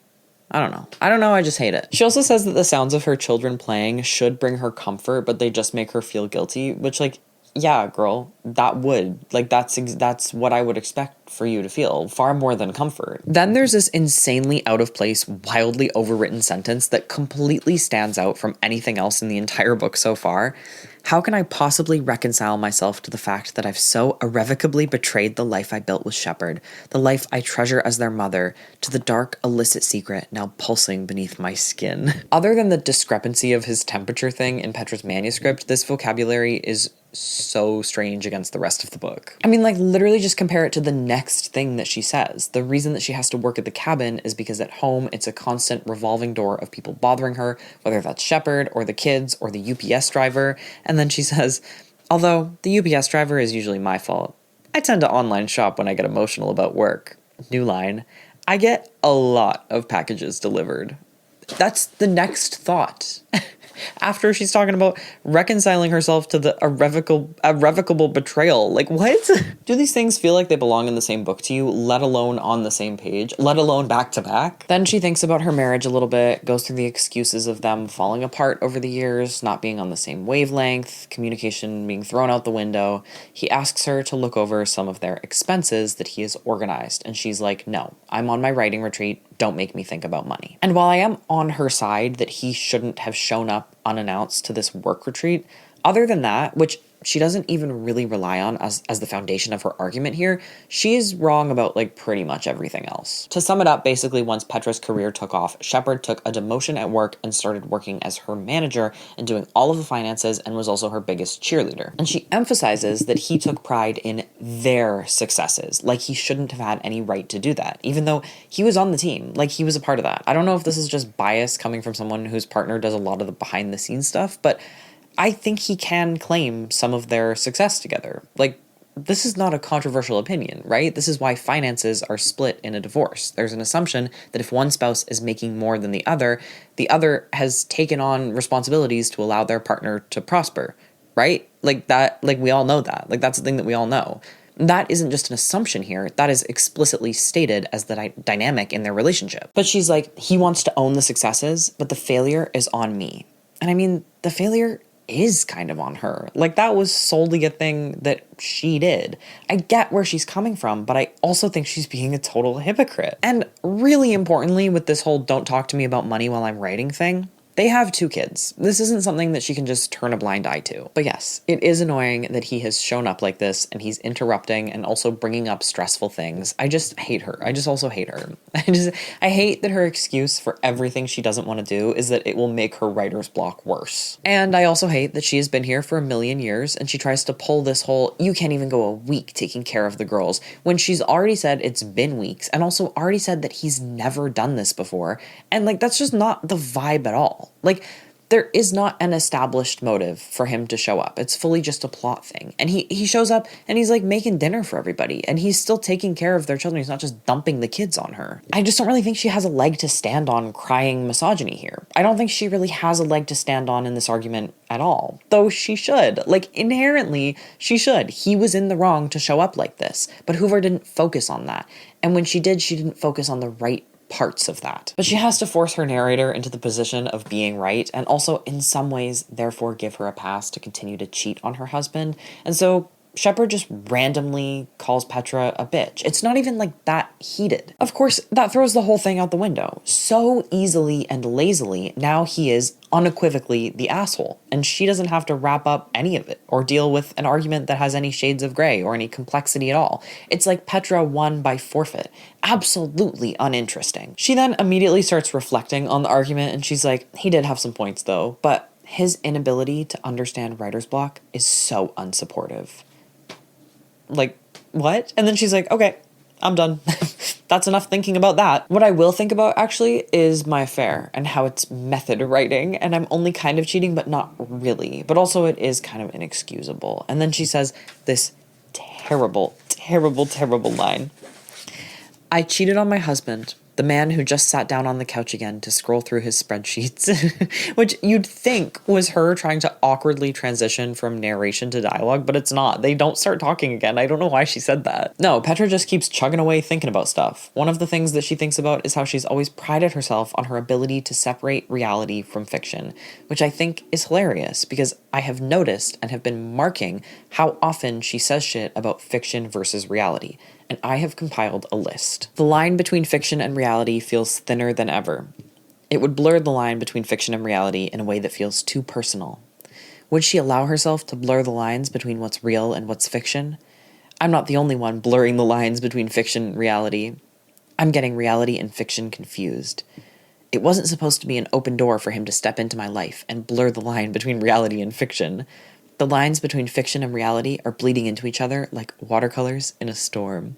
Girl, it does not sound like you are very good at distinguishing reality from fiction. You've been struggling with this shit the whole damn book. Shepard apologizes and they kind of make up. Weirdly enough, the bitch thing, which she says has never happened before and that she never would have expected from him, it's not actually a big deal in the end, and she doesn't linger on it or think about it again at all. I think that it must have just been thrown in for us, to make us hate him and be more accepting of the affair. What she does linger on after they've made up, however, is that he doesn't realize the blood, sweat, and tears that go into writing a novel.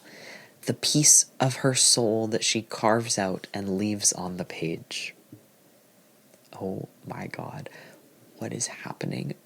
How many times have I had to make this comparison? But like, that really is the way that 14-year-old Tumblr poets talk about writing. Like, tone it down. She's like, he never asks me about the agony of writing a book. Only the financials. It's so dramatic. It's awesome. Like, why are you acting like this, girl? You're writing romance love triangle stories about cops and lawyers. And you're mad that your husband doesn't ask you about it in the perfect right way that you're looking for. This isn't treated as an illogical desperation to be seen and understood without having to reach out and ask for it.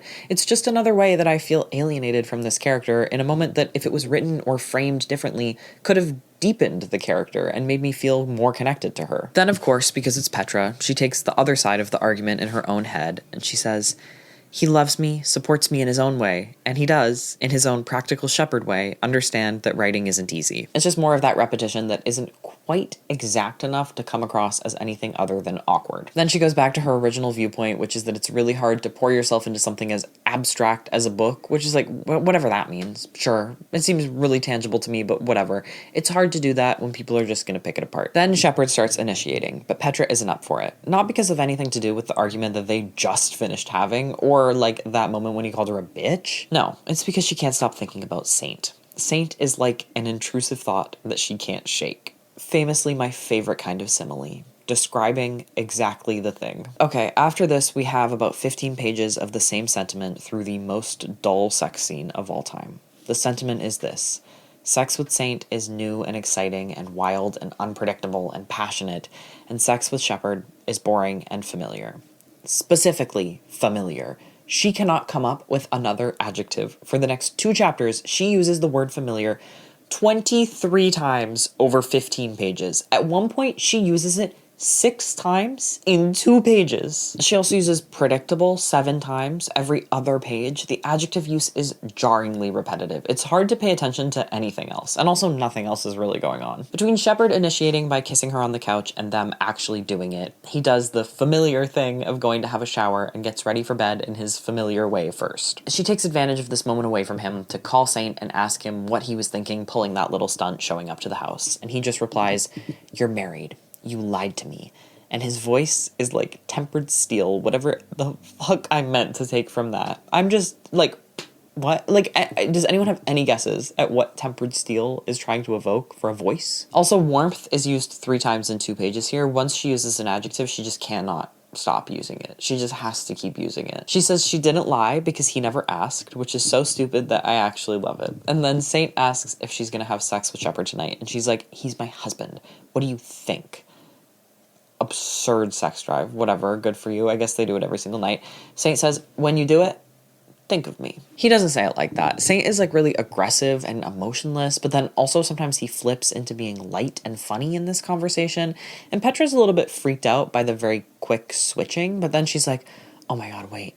He's being Cam right now. He's exactly what Cam is like, possessive and controlling and jealous, except in a hot way. Because he's hot." This bothers me on an ideological level, of course, but what gets to me more is the logic of it. Like, this man has not read your book. You have given him and us the most bare bones information about this character who you haven't really written yet. This is ridiculous. And it doesn't have to be. He asked to read the manuscript. I understand that that is like a big thing for her, and we're probably going to spend a lot of time on it, and it will be agony. An agonizingly, annoyingly important part of the story, but everything would make so much more sense if he had already read it, and that's how he knows exactly how Cam would behave. Also, right after she says that Saint showed up today to push her to know what it felt like to think that her affair was going to be uncovered, without actually intending on Shepard finding out. Except, like, what are you talking about? Like, why would he want that? That's not a real motivation. That's not anything. That has nothing to do with anything. That's completely irrelevant to this experience creates realism thing that she's trying to connect it to, because her character isn't fucking married. There's a little bit more where she's like, "It's so wrong to think that his disrespect and audacity are hot. I'm literally such a pervert. I'm a freak. No one has ever done this before. Even the darkest mind couldn't come up with this kind of depravity." And then the chapter ends with her saying that she can't mentally lock Saint out. And stupidly, I forgot about her little chapter end start pattern, and I was like, what is she talking about? Like, why would she write it like that? And then the first line of the next chapter is, "I locked all the doors." Could it be any more forced? I feel like she's being held at gunpoint to do the chapter ends like this. Her and Shepard are now winding down for bed together. There's a part here that I don't completely hate, where she says that they both scroll on their phones, separated by an invisible wall of technology. Is this the best thing I've ever read? No, but at least it's displaying the smallest amount of introspection, whether or not it's a unique insight. This is the page spread where familiar is used 6 different times, so I was really distracted by that, and I'm sure I missed a ton of other things that I would have otherwise picked on. The main thing you gotta know is that partway through doing it, Petra looks up, and Saint is standing in their bedroom window staring at them. so funny. I'm stealing a joke from Ryan in the book club who said that the dude having sex with his wife is somehow the one getting cucked. And he really is. It just becomes Petra pretending that Shepard is Saint. After she gets over her initial fear, though, that Saint is going to break the glass, why she would think that, I really don't know. She says it a couple of times. She's also like a bit turned on by this fear, and that is really like unsettling and perverse of her.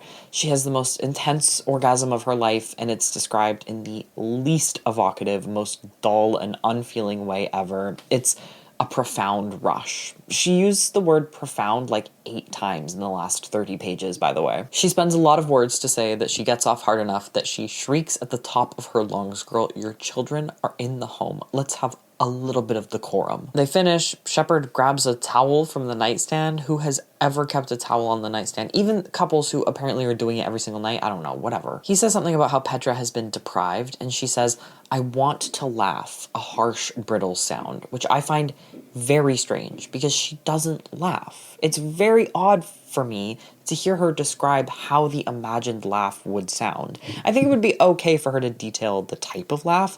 "I want to laugh bitterly," or something like that. But this reads as really weird, and like most of the book, thoughtless. Like, as though Hoover knows what writing is, what phrases people use, but not the how or why of using them. With that said, let me just quickly pick on a few other things said in this chapter. Most of what really bothers me is the word repetition, as I have repeated many fucking times. Especially when it's slightly off and it can't be chalked up as like a choice for emphasis or parallel. I put my own hand between my legs, desperate to finish with Shepard, to end this agonizing, exhilarating torment, but needing desperately to make it about Saint.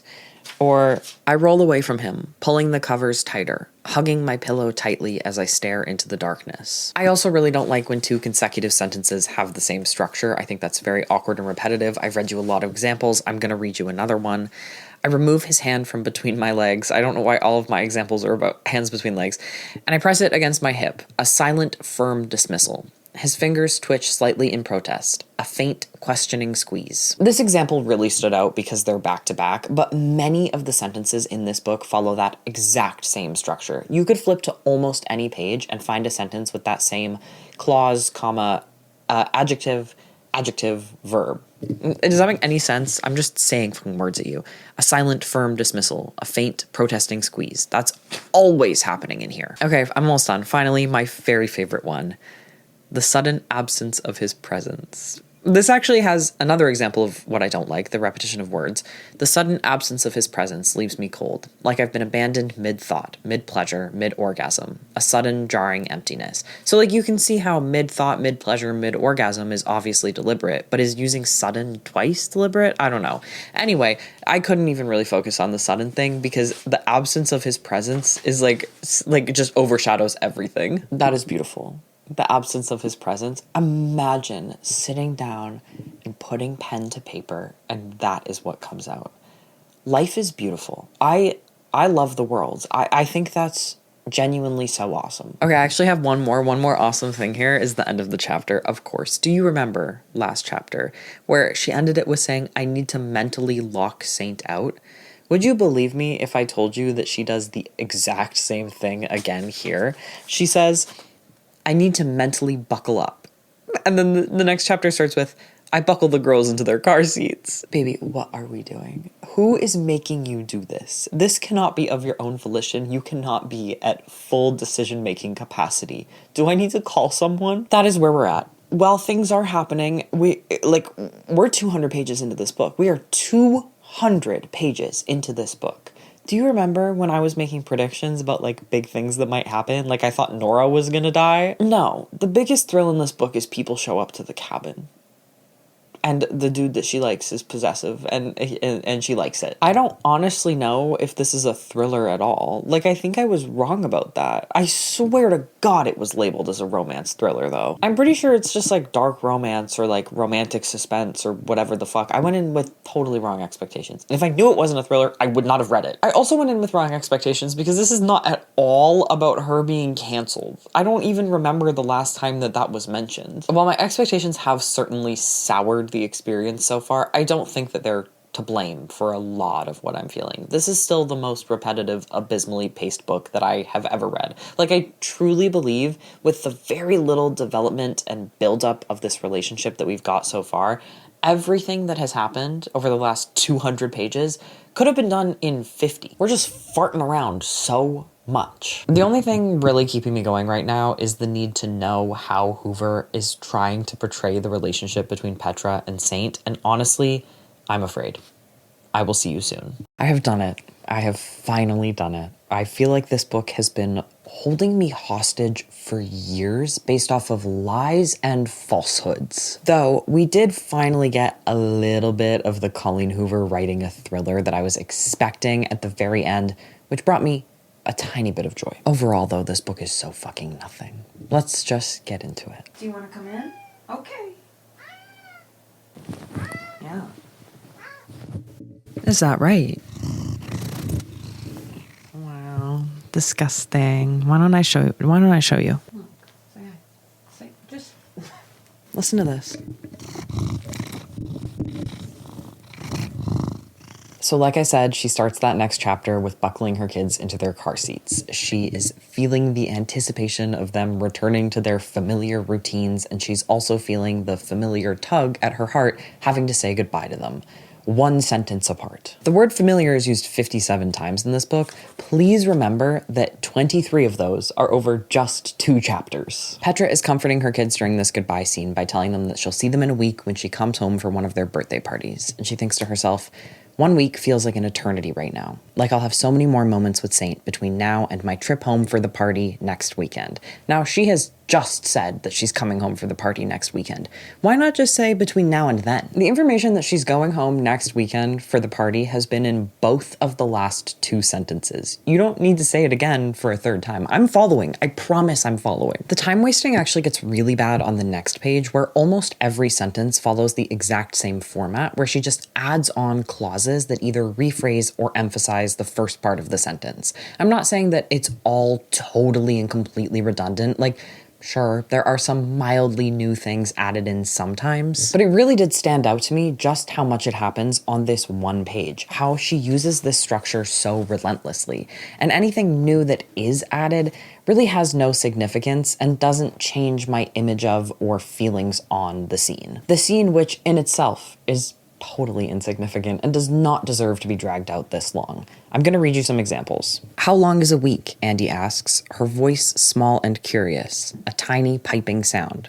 Her eyes sparkling with that endless thirst for knowledge, her innate wonder. It's only 30 days, she says, matter-of-factly, her tone full of certainty, as if she's the undisputed authority on all things time-related. She crosses her arms over her chest, a gesture of absolute conviction, proud of her declaration. No, it's 30, she insists, her voice rising just a little, imbued with a fierce confidence, determined to make her point, to defend her teacher's wisdom. I know I could patiently explain the difference between days and weeks and months, the nuances of the calendar. Okay, 30 days, I say, capitulating, just wanting the conversation to end, to usher them out.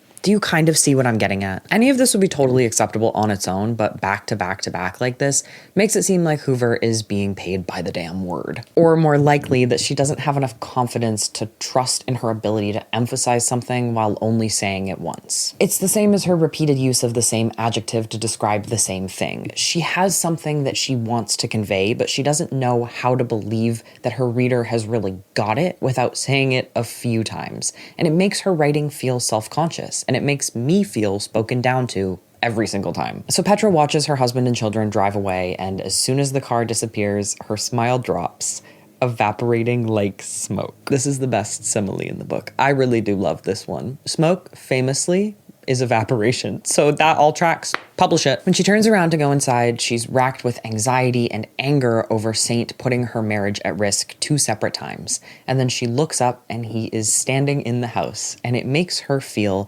exposed, incredibly vulnerable, like the very walls of my supposedly safe space have been irrevocably breached, and I have no control over what happens next. So that's not a simile because it's exactly what's happening. But then he starts making out with her, and she is thrilled by the dark, wild side to him and how he takes control and the sense of danger that she feels as an undercurrent when he like grabs her face and kisses her after he's broken into her house for the second time now. He's telling her like really aggressively to wash off her husband, and he's dragging her to the bathroom and then undressing her, and she's like, wow.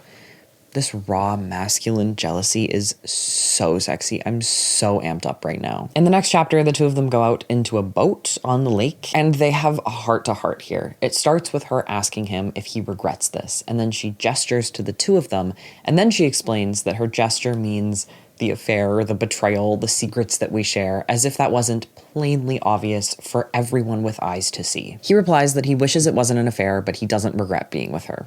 And she says, he wishes it wasn't an affair. That implies a desire for something more, something legitimate. What?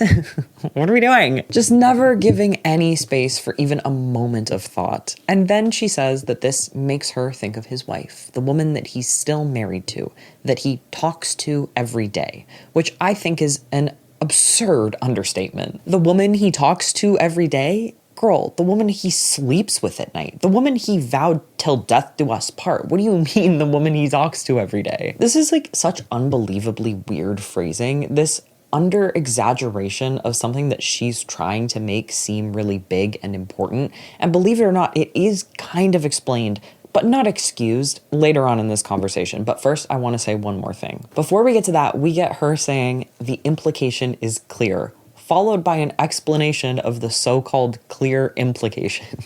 And the implication is clear. Let me read this to you.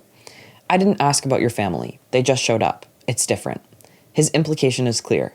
My life, my family, my circumstances were simply presented to him. He didn't seek them out, didn't intrude. So that's not an implication. That's what he said. That is like actually exactly what he said. You've just rephrased it. That was just so ridiculous I couldn't leave it out. Anyway, I think that the reason that she says the wife Saint talks to every day is because of what he reveals next. That him and his wife have been separated for 6 months, but that they still talk every day. Is that not hilarious? What are we doing? Did Hoover think that if she had had Petra say the wife that he goes home to every night, that people would be like, she was wrong. That was wrong. I don't think anybody was going to do that. So him and his wife have separated because he's infertile and she wants children, and he didn't tell Petra because Petra needed a muse who was a married man. Honestly, none of what happens here really ends up meaning anything or having any narrative significance. She comments that it changes their dynamic to have opened up to each other as like real human beings and not the characters they're role-playing, but that does not have a lasting effect. We have some more clunky writing, notable moments being her starting 2 sentences in a row with "and then," giving it a very choppy feel, and also her calling what they do in the boat open sex, which is like, is open not implied? Like, I know she means public. I know she means on the boat, but when you say open sex, I feel like that gives me a different image. I just think it's a really silly way of saying that. I also think that after the fade to black, which in my opinion is cowardly in a dark romance or a romantic suspense or whatever this is, but selfishly I'm also happy about because Colleen Hoover's sex scenes are just simply empty filler words. I think it's insane that after that, she then refers to it as their intense coupling. That makes me sick. Don't say that. What happened to we fucked? If you want to be shy about it, whatever happened to we did it? Even we made love. I loathe that. That's so much better than our intense coupling.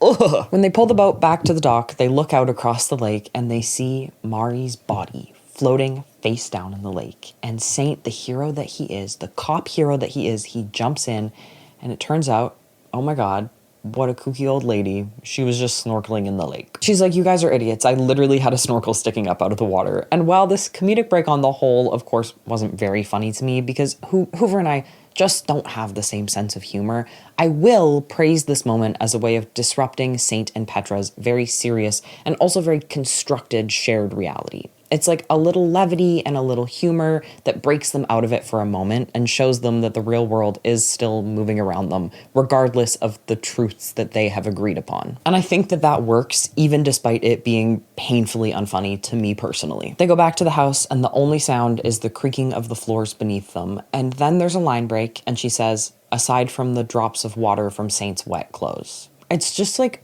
not how writing works. I'm not against a little bit of format fuckery. In fact, I love it. But that's not what Hoover is going for. I mean, she has the most bland, neutral, inoffensive writing style of all time. Of course, except for these many offenses that I'm complaining about. Why would this break to a new line when it is a continuation of the same thought? Like, truly a direct response to the same thought. It didn't even need to be separated with a period, let alone made into its own new paragraph. She is literally just doing whatever she wants, and in some ways it is commendable. Like, sure, girl, have fun with it, I guess. It makes it really difficult to read with this misplaced emphasis, though.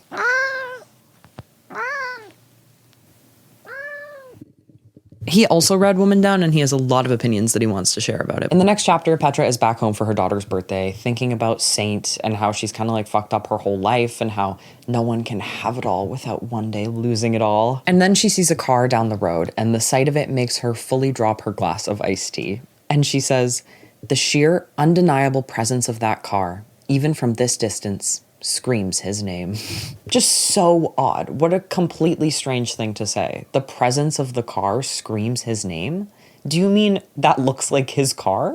She excuses herself to the bathroom, but storms over to his car, enraged and a little bit scared that he has followed her 2 hours to her family home and once again put her marriage and home life at risk. When she gets to the car, he's like not picking up on the vibes, and he's doing this very serious and earnest role play where she's going like, "Saint, I'm actually really angry with you. Like, my hands are shaking. This is not okay." And he's like, "Rhea, I can't let you go unprotected." And he just like keeps trying to make whatever she says work for the role play that he's doing. And it's like honestly so unbelievably cringy. I can't help but actually kind of love it. I think it's meant to make me cringe. And I'm glad that she's able to write her handsome, suave male lead in this really unflattering, awkward way to show that they have become a little bit disconnected from each other and that their lack of communication and boundary setting wasn't going to just magically work out based on the quality of their connection or sexual chemistry alone. When she gets home from the weekend with her husband and children, she's just been stewing. She is so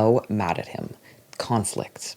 Would you believe it? There's conflict. Except there's not, because she enters the rental and he is in there making lasagna and wearing socks. For some reason, the socks are like a really big deal. She is a sucker for a guy wearing socks. She actually says that. She sees him, and of course there's a new line, and she goes, "And good God, he's wearing socks." I said that Hoover and I have diametrically opposed senses of humor, but maybe I was wrong, because the absurdity of this actually does kind of kill me. Good God, he's wearing socks. I fucking love socks on a man. Sad as if it's like the most normal thing in the world to say that. As if I'm not gonna have questions. And then there's the lasagna. A man making a woman a lasagna is truly the most romantic thing that could ever happen. Because get this, he's doing a woman's job. He's risking his masculinity to provide for her and nurture her, and it's unlike anything she's ever experienced, even though her husband did very much just come and make her dinner. I get that that was under different circumstances, but also like not really much better circumstances. Like, she came into this situation super angry at Saint, but she gets over it very quickly, despite her repeated assertions that she is still mad at him. I mean, come on. He made her lasagna. And he's wearing socks. Do we really need better conflict resolution than that? The lasagna has a comforting scent, which she makes sure to tell us twice in one page. And then when she eats it, she also describes it as comforting then. They do argue a little bit. She says, "This is serious. You showed up at my house where my children live." And he says, "I was only there for half an hour." And she's like, "God, semantics." And I think the word that she's looking for is pedantic, like too caught up on minor details while missing the bigger picture of the argument, and not semantic, which has to do with the meaning of words. And maybe I would be more forgiving of this little nitpick, and I don't even know if I would have noticed it, if the word semantics was not italicized for emphasis. Don't draw my attention to it. As she's shown, Hoover is unable to see an argument through. So to get Petra and Saint back on the same page, she goes beyond lasagna making. Saint compliments Petra's writing. I know that this happened at one point. I cannot remember when, and I think I forgot to say it. Petra has sent Saint her manuscript. He read it, and he's here to tell her that she should be the cockiest writer in the world, that her writing is so powerful. Now, we have read her writing. This isn't just like, I wouldn't believe this about this character. I have seen it for myself. Petra needs to be validated badly enough that this works for her. She forgets that he drove 2 hours to sit outside her family home and watch her and her husband and children. Because his words resonate in a way I've always hoped to feel, but have never had articulated to me before. Now, is it just me, or is that meaningless? Like, I really do not think that if you break that down, it makes any sense. That's nothing. That's nothing. You're saying nothing. Despite having made it up to her with the lasagna and the glazing, to Petra's disappointment, Saint doesn't stay after dinner. He leaves, and he tells her to sleep well and write fiercely. Hashtag fucking fierce. That's awesome. I love it. That chapter ends with her describing a very active storm outside, complete with high winds and visible lightning. And she says, a storm is coming, which, like, it's here. She's only saying it so that the next chapter can start with, a storm is here, and her name is Mari. Of course, that second sentence on a new line, italicized. Mari is here for, as far as I can tell, absolutely no reason. She comes into the house while Petra is eating a yogurt, and then Petra immediately gets a call from Saint, and she walks us through putting the spoon in her mouth, picking up her phone, answering it, and then taking the spoon out of her mouth. And then she talks to Saint for a while. She calls him Cam twice, just like in front of Mari, doesn't really think anything about it. And they plan to meet up for dinner that night. She hangs up and Mari's like, who was that? And Petra says it was Saint. And Mari's like, well, why did you call him Cam then? And Petra says, don't worry about it. And then Mari's like, I have a great chicken recipe that you can make him for dinner. And then she leaves. Of course, the whole time she's here, everything she says is quippy and annoying and like flatly full of life, this caricature of a silly older woman that she is. But there really is no purpose for her being there, especially because there's an insane storm raging outside. I have read the book, so I know why Hoover has included this interaction, and it's pissing me off that I can't tell you because it's so lazy. We'll get to it very soon. I'm almost done talking about this book. Mari's really just here to make sure that we remember her and to establish her connection with Petra properly, and it's stupid. Like, just have her say, I'm here to check on the house because there's a big storm. That's all you need to do. I'm going to move on from this, though, because we're finally getting to something happening. Petra needs to make Saint dinner. So on her way to the grocery store, she stops into the gas station. I made that sound like those things were connected, but they're not quite. She needs to make him dinner, so she goes to the grocery store. Goes to the gas station because she's looking for information on that swiftly forgotten night that her and Saint met, where some convict died in front of her vacation rental because she wants to incorporate it into the book that she's writing. But there's nothing about it in the town newspaper. So she asks for the next edition and says, in case we were curious, she says, maybe there will be more information in that one. Okay. The gas station attendant tells her that he doesn't have it yet, so she just asks him directly about the police chase that ended in a death on the road that she's staying on. And he's like, what are you talking about? That didn't happen. If that happened, I would know about it. I'm the gas station attendant in this small town, and I know everything that happens here. Before she can process anything, Louis shows up. The cashier is like, hey, Louis, you know about a police chase on your road a few weeks back? And Louis laughs and is like, there was no police chase. I would know about it. I live on that road. Petra is shocked, telling Louis that Mari talked to the police just like she did. She talks about the weight of her confusion twice and also describes their denial of what happened as a punch to the gut twice. She's always calling things a punch to the gut. Petra has a photo of Saint that she shows the men. Louis doesn't recognize him and says something about how he owns most of the rentals on the lake and would know if Saint was staying in one of them, except I am almost 100% certain that Louis and Mari explicitly stated they just owned the 2 properties, their house and the one Petra is staying in. If you remember when Mari was talking about how she wanted to live in the newly renovated one instead of the one they're living in. And even if I am misremembering that, if Louis owns most of the rentals on the lake, surely Petra, who has been staying at rentals on this very lake for years, would have stayed in one of his places and met him before, right? So Louis doesn't recognize him, but the cashier does. And the cashier says he's definitely not one of the town's 2 police officers, but he has been recently stopping in for gas.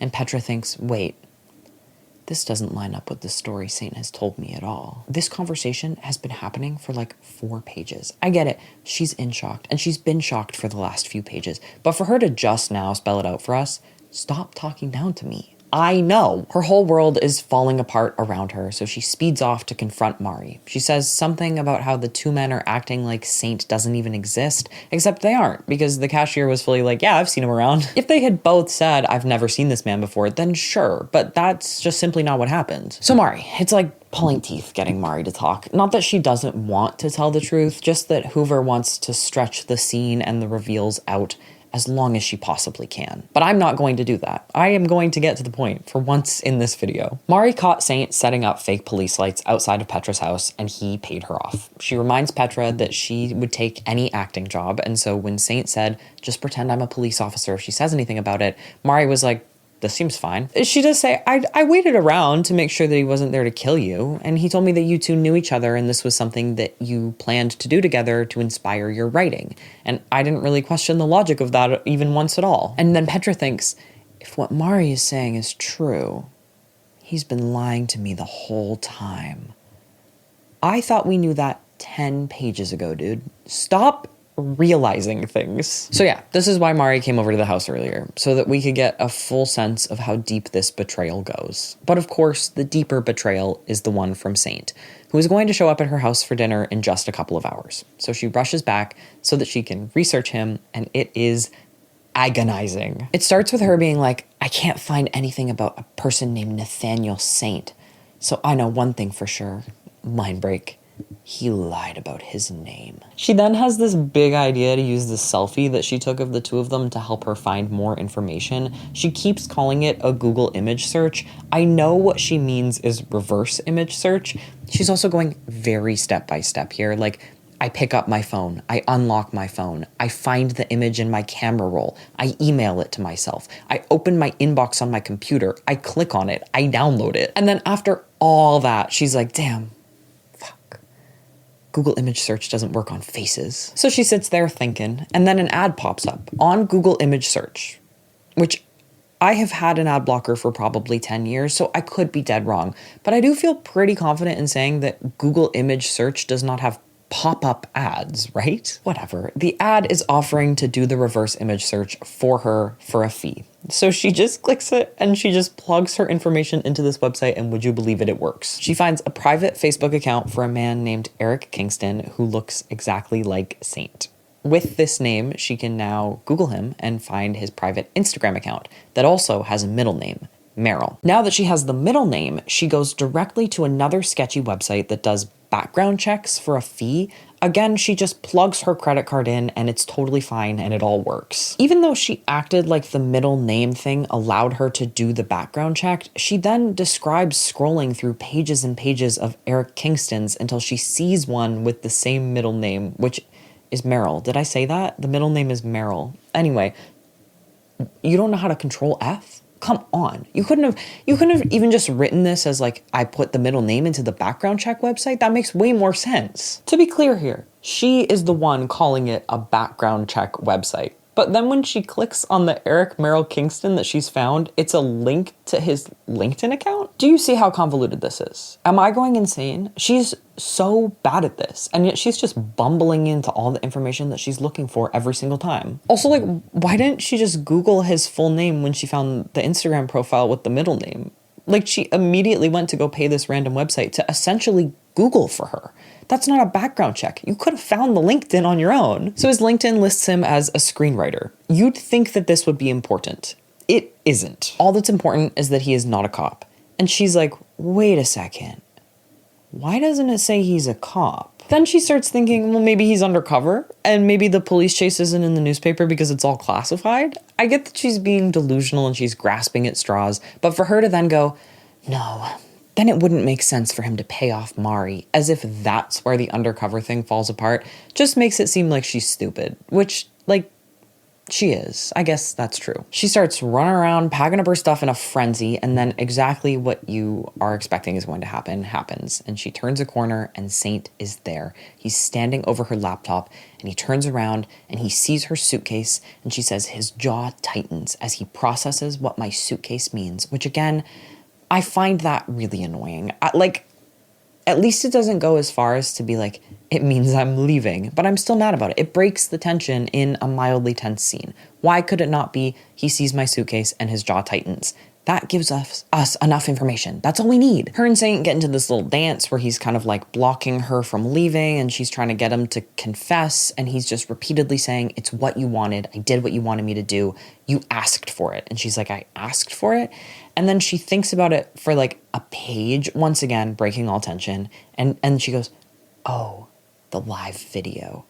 And this dunce is like, wait, if he watched my live video, that means he knew who I was before we even met. Once again, say it with me, breaking all tension. You already knew that. We already knew that. Mari told you that he knew you were a writer. You've already had a realization about him knowing you before the two of you met. This is not shocking. We've been through this. Saint is a stalker. He has been stalking Petra for years. He says he watched every single one of her live videos while they were happening, and he's really convinced of this, you wanted me to do this thing. It's all pretty classic stalker behavior, and he's very quickly become an incredibly scary and dangerous man to Petra. And he's a man who doesn't actually have a wife that he's recently separated from, or, as it seems, anything to lose at all, where Petra could lose everything. He doesn't really throw this around much, and neither does she. I think that this should be a massive driving force in her behavior and decision-making in this moment, but it doesn't show up, aside from momentarily being a thought in Petra's head. After a lot of back and forth, she manages to run around him and escape out the door with all of her stuff, and he doesn't chase her, he just watches her go from the doorway. In the car, she hears a noise that makes her scream at the top of her lungs, and then she goes, oh, haha, this is just my phone, which I think is a very funny scene in a book specifically. A lot of this, ironically enough, feels like it's written for the screen. I thought the same thing about Verity as well. Like, Hoover only understands a jump scare through visual mediums and tries to, like, directly transcribe them. This, I think, is one of those moments. On the phone is Petra's husband, and his voice is like a punch to the gut. And hearing the voice of this man who she has been repeatedly calling boring while complaining about how he doesn't recognize how special she is, she realizes, fuck, I probably shouldn't have cheated on him. Actually, he was a fine husband this whole time. And then it cuts to months later with him, the husband, reading the finished copy of her about-to-be-published novel, Woman Down. And he's telling her how amazing it is and how it's the best thing that she's ever written, a sentiment that will be repeated through these last like 30 pages. So in a way, this book does kind of have the message that you need to experience what you write about to be a good writer, which I don't think is totally deliberate or a belief that Colleen Hoover necessarily personally has, but it is what her book is saying. Shepard is praising the hell out of how real and raw the book was, and then he goes, I just have one question. Who's Saint? Petra's heart drops. She racks her brain, trying to think of how he's found out, how Saint has exposed her.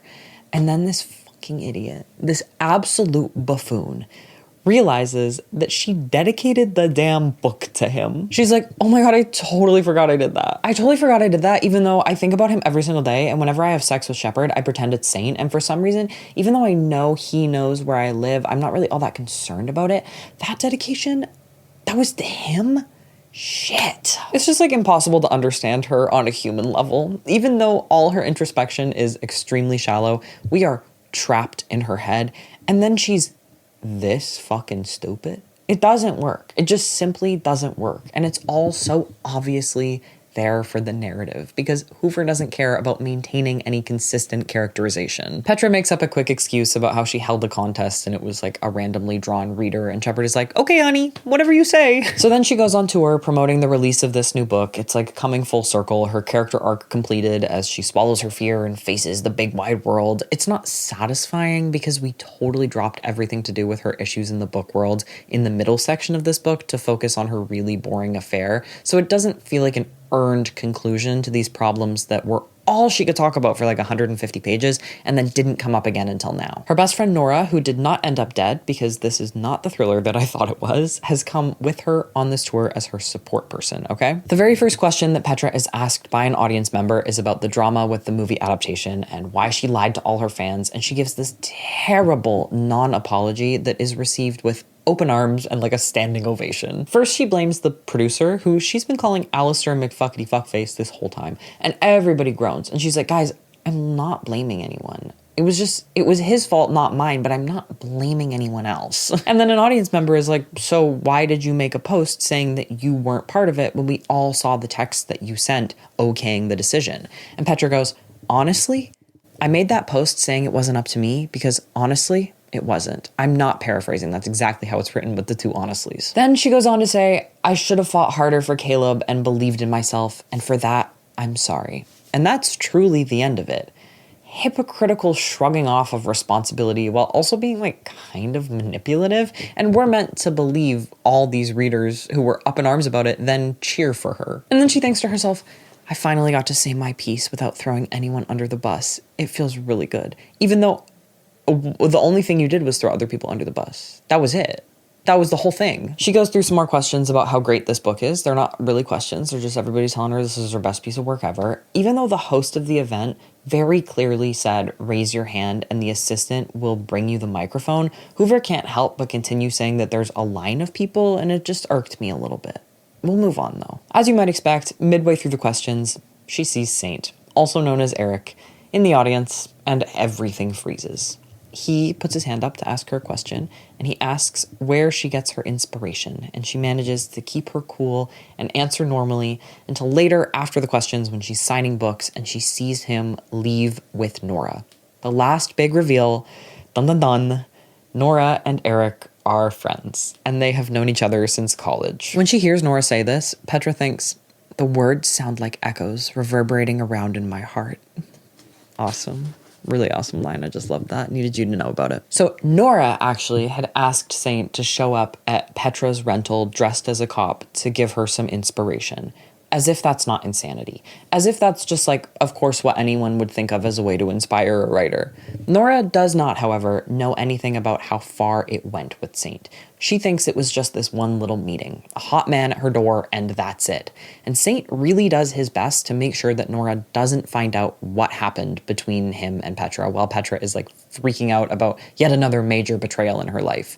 This is portrayed as romantic, that he cares about her and is protecting her even still. Eric/Saint and Petra talk privately, and he tells her that he really pushed the idea of showing up at her door when he talked with Nora after the live that night because he had been following her career for a long time and was really attracted to her.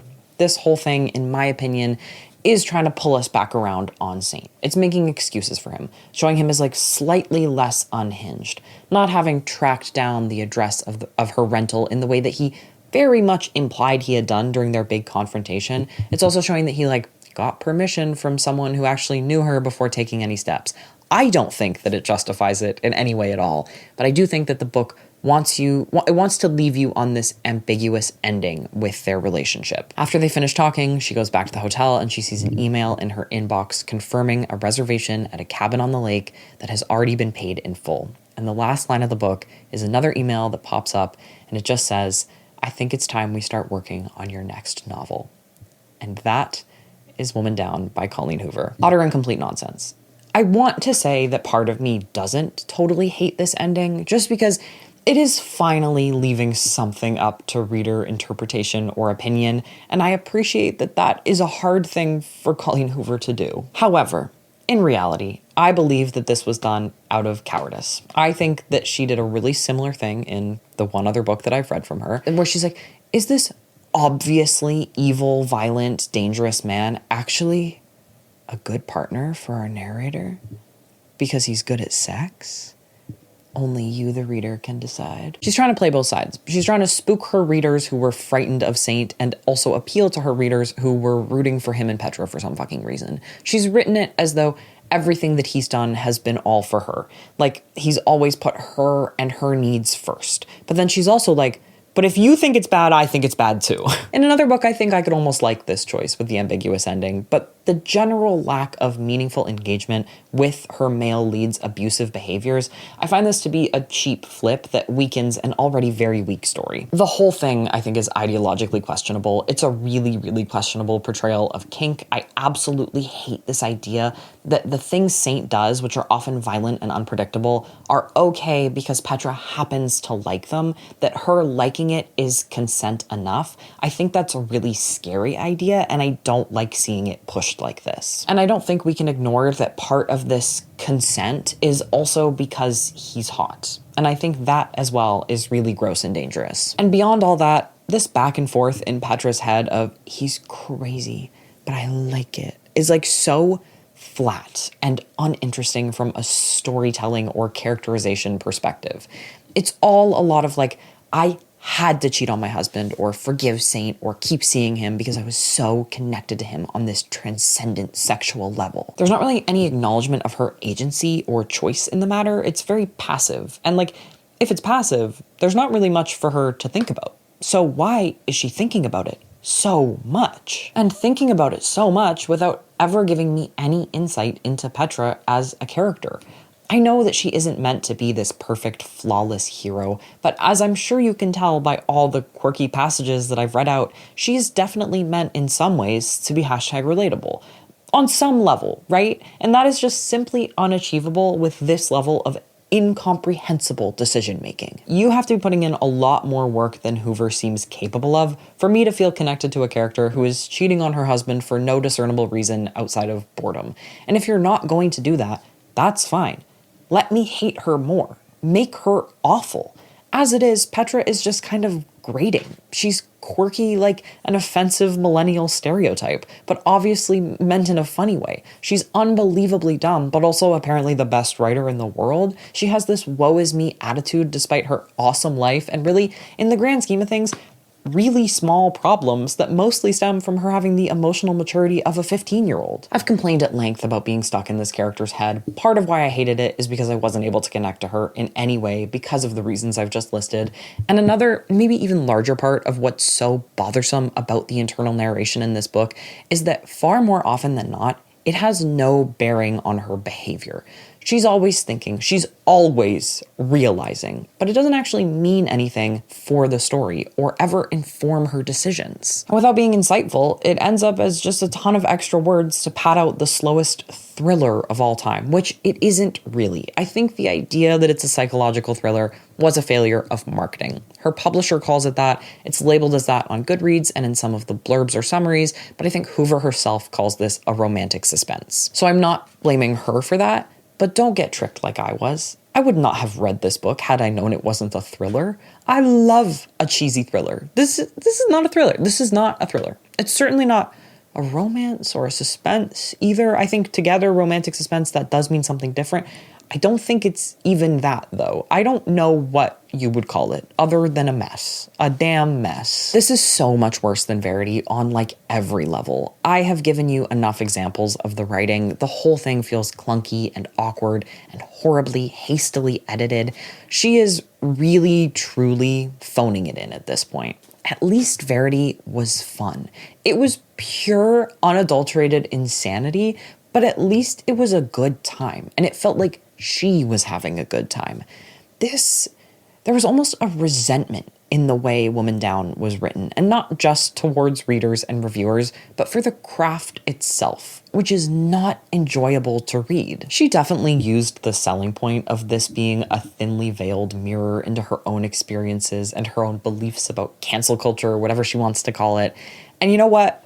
It worked. I did fall for that. But the book isn't even really about that beyond the first 100 or so pages, which does sound like a lot, but as I've made clear, nothing happens, especially in that part. That part could have been 20 pages, and looking back, that's how little time it feels was spent exploring any of what the summary promised. In some ways, I do kind of respect it, though. Like, I respect the absolute blatant grifting of that. I was swindled. She got me. All in all, Woman Down is not just as bad as you would expect it to be, but it's worse. Because it's not even all that fun. If you want to have a great time hate reading a really, truly awful, in a fun way book, read Verity. Skip this one. It is so boring. Okay, bye.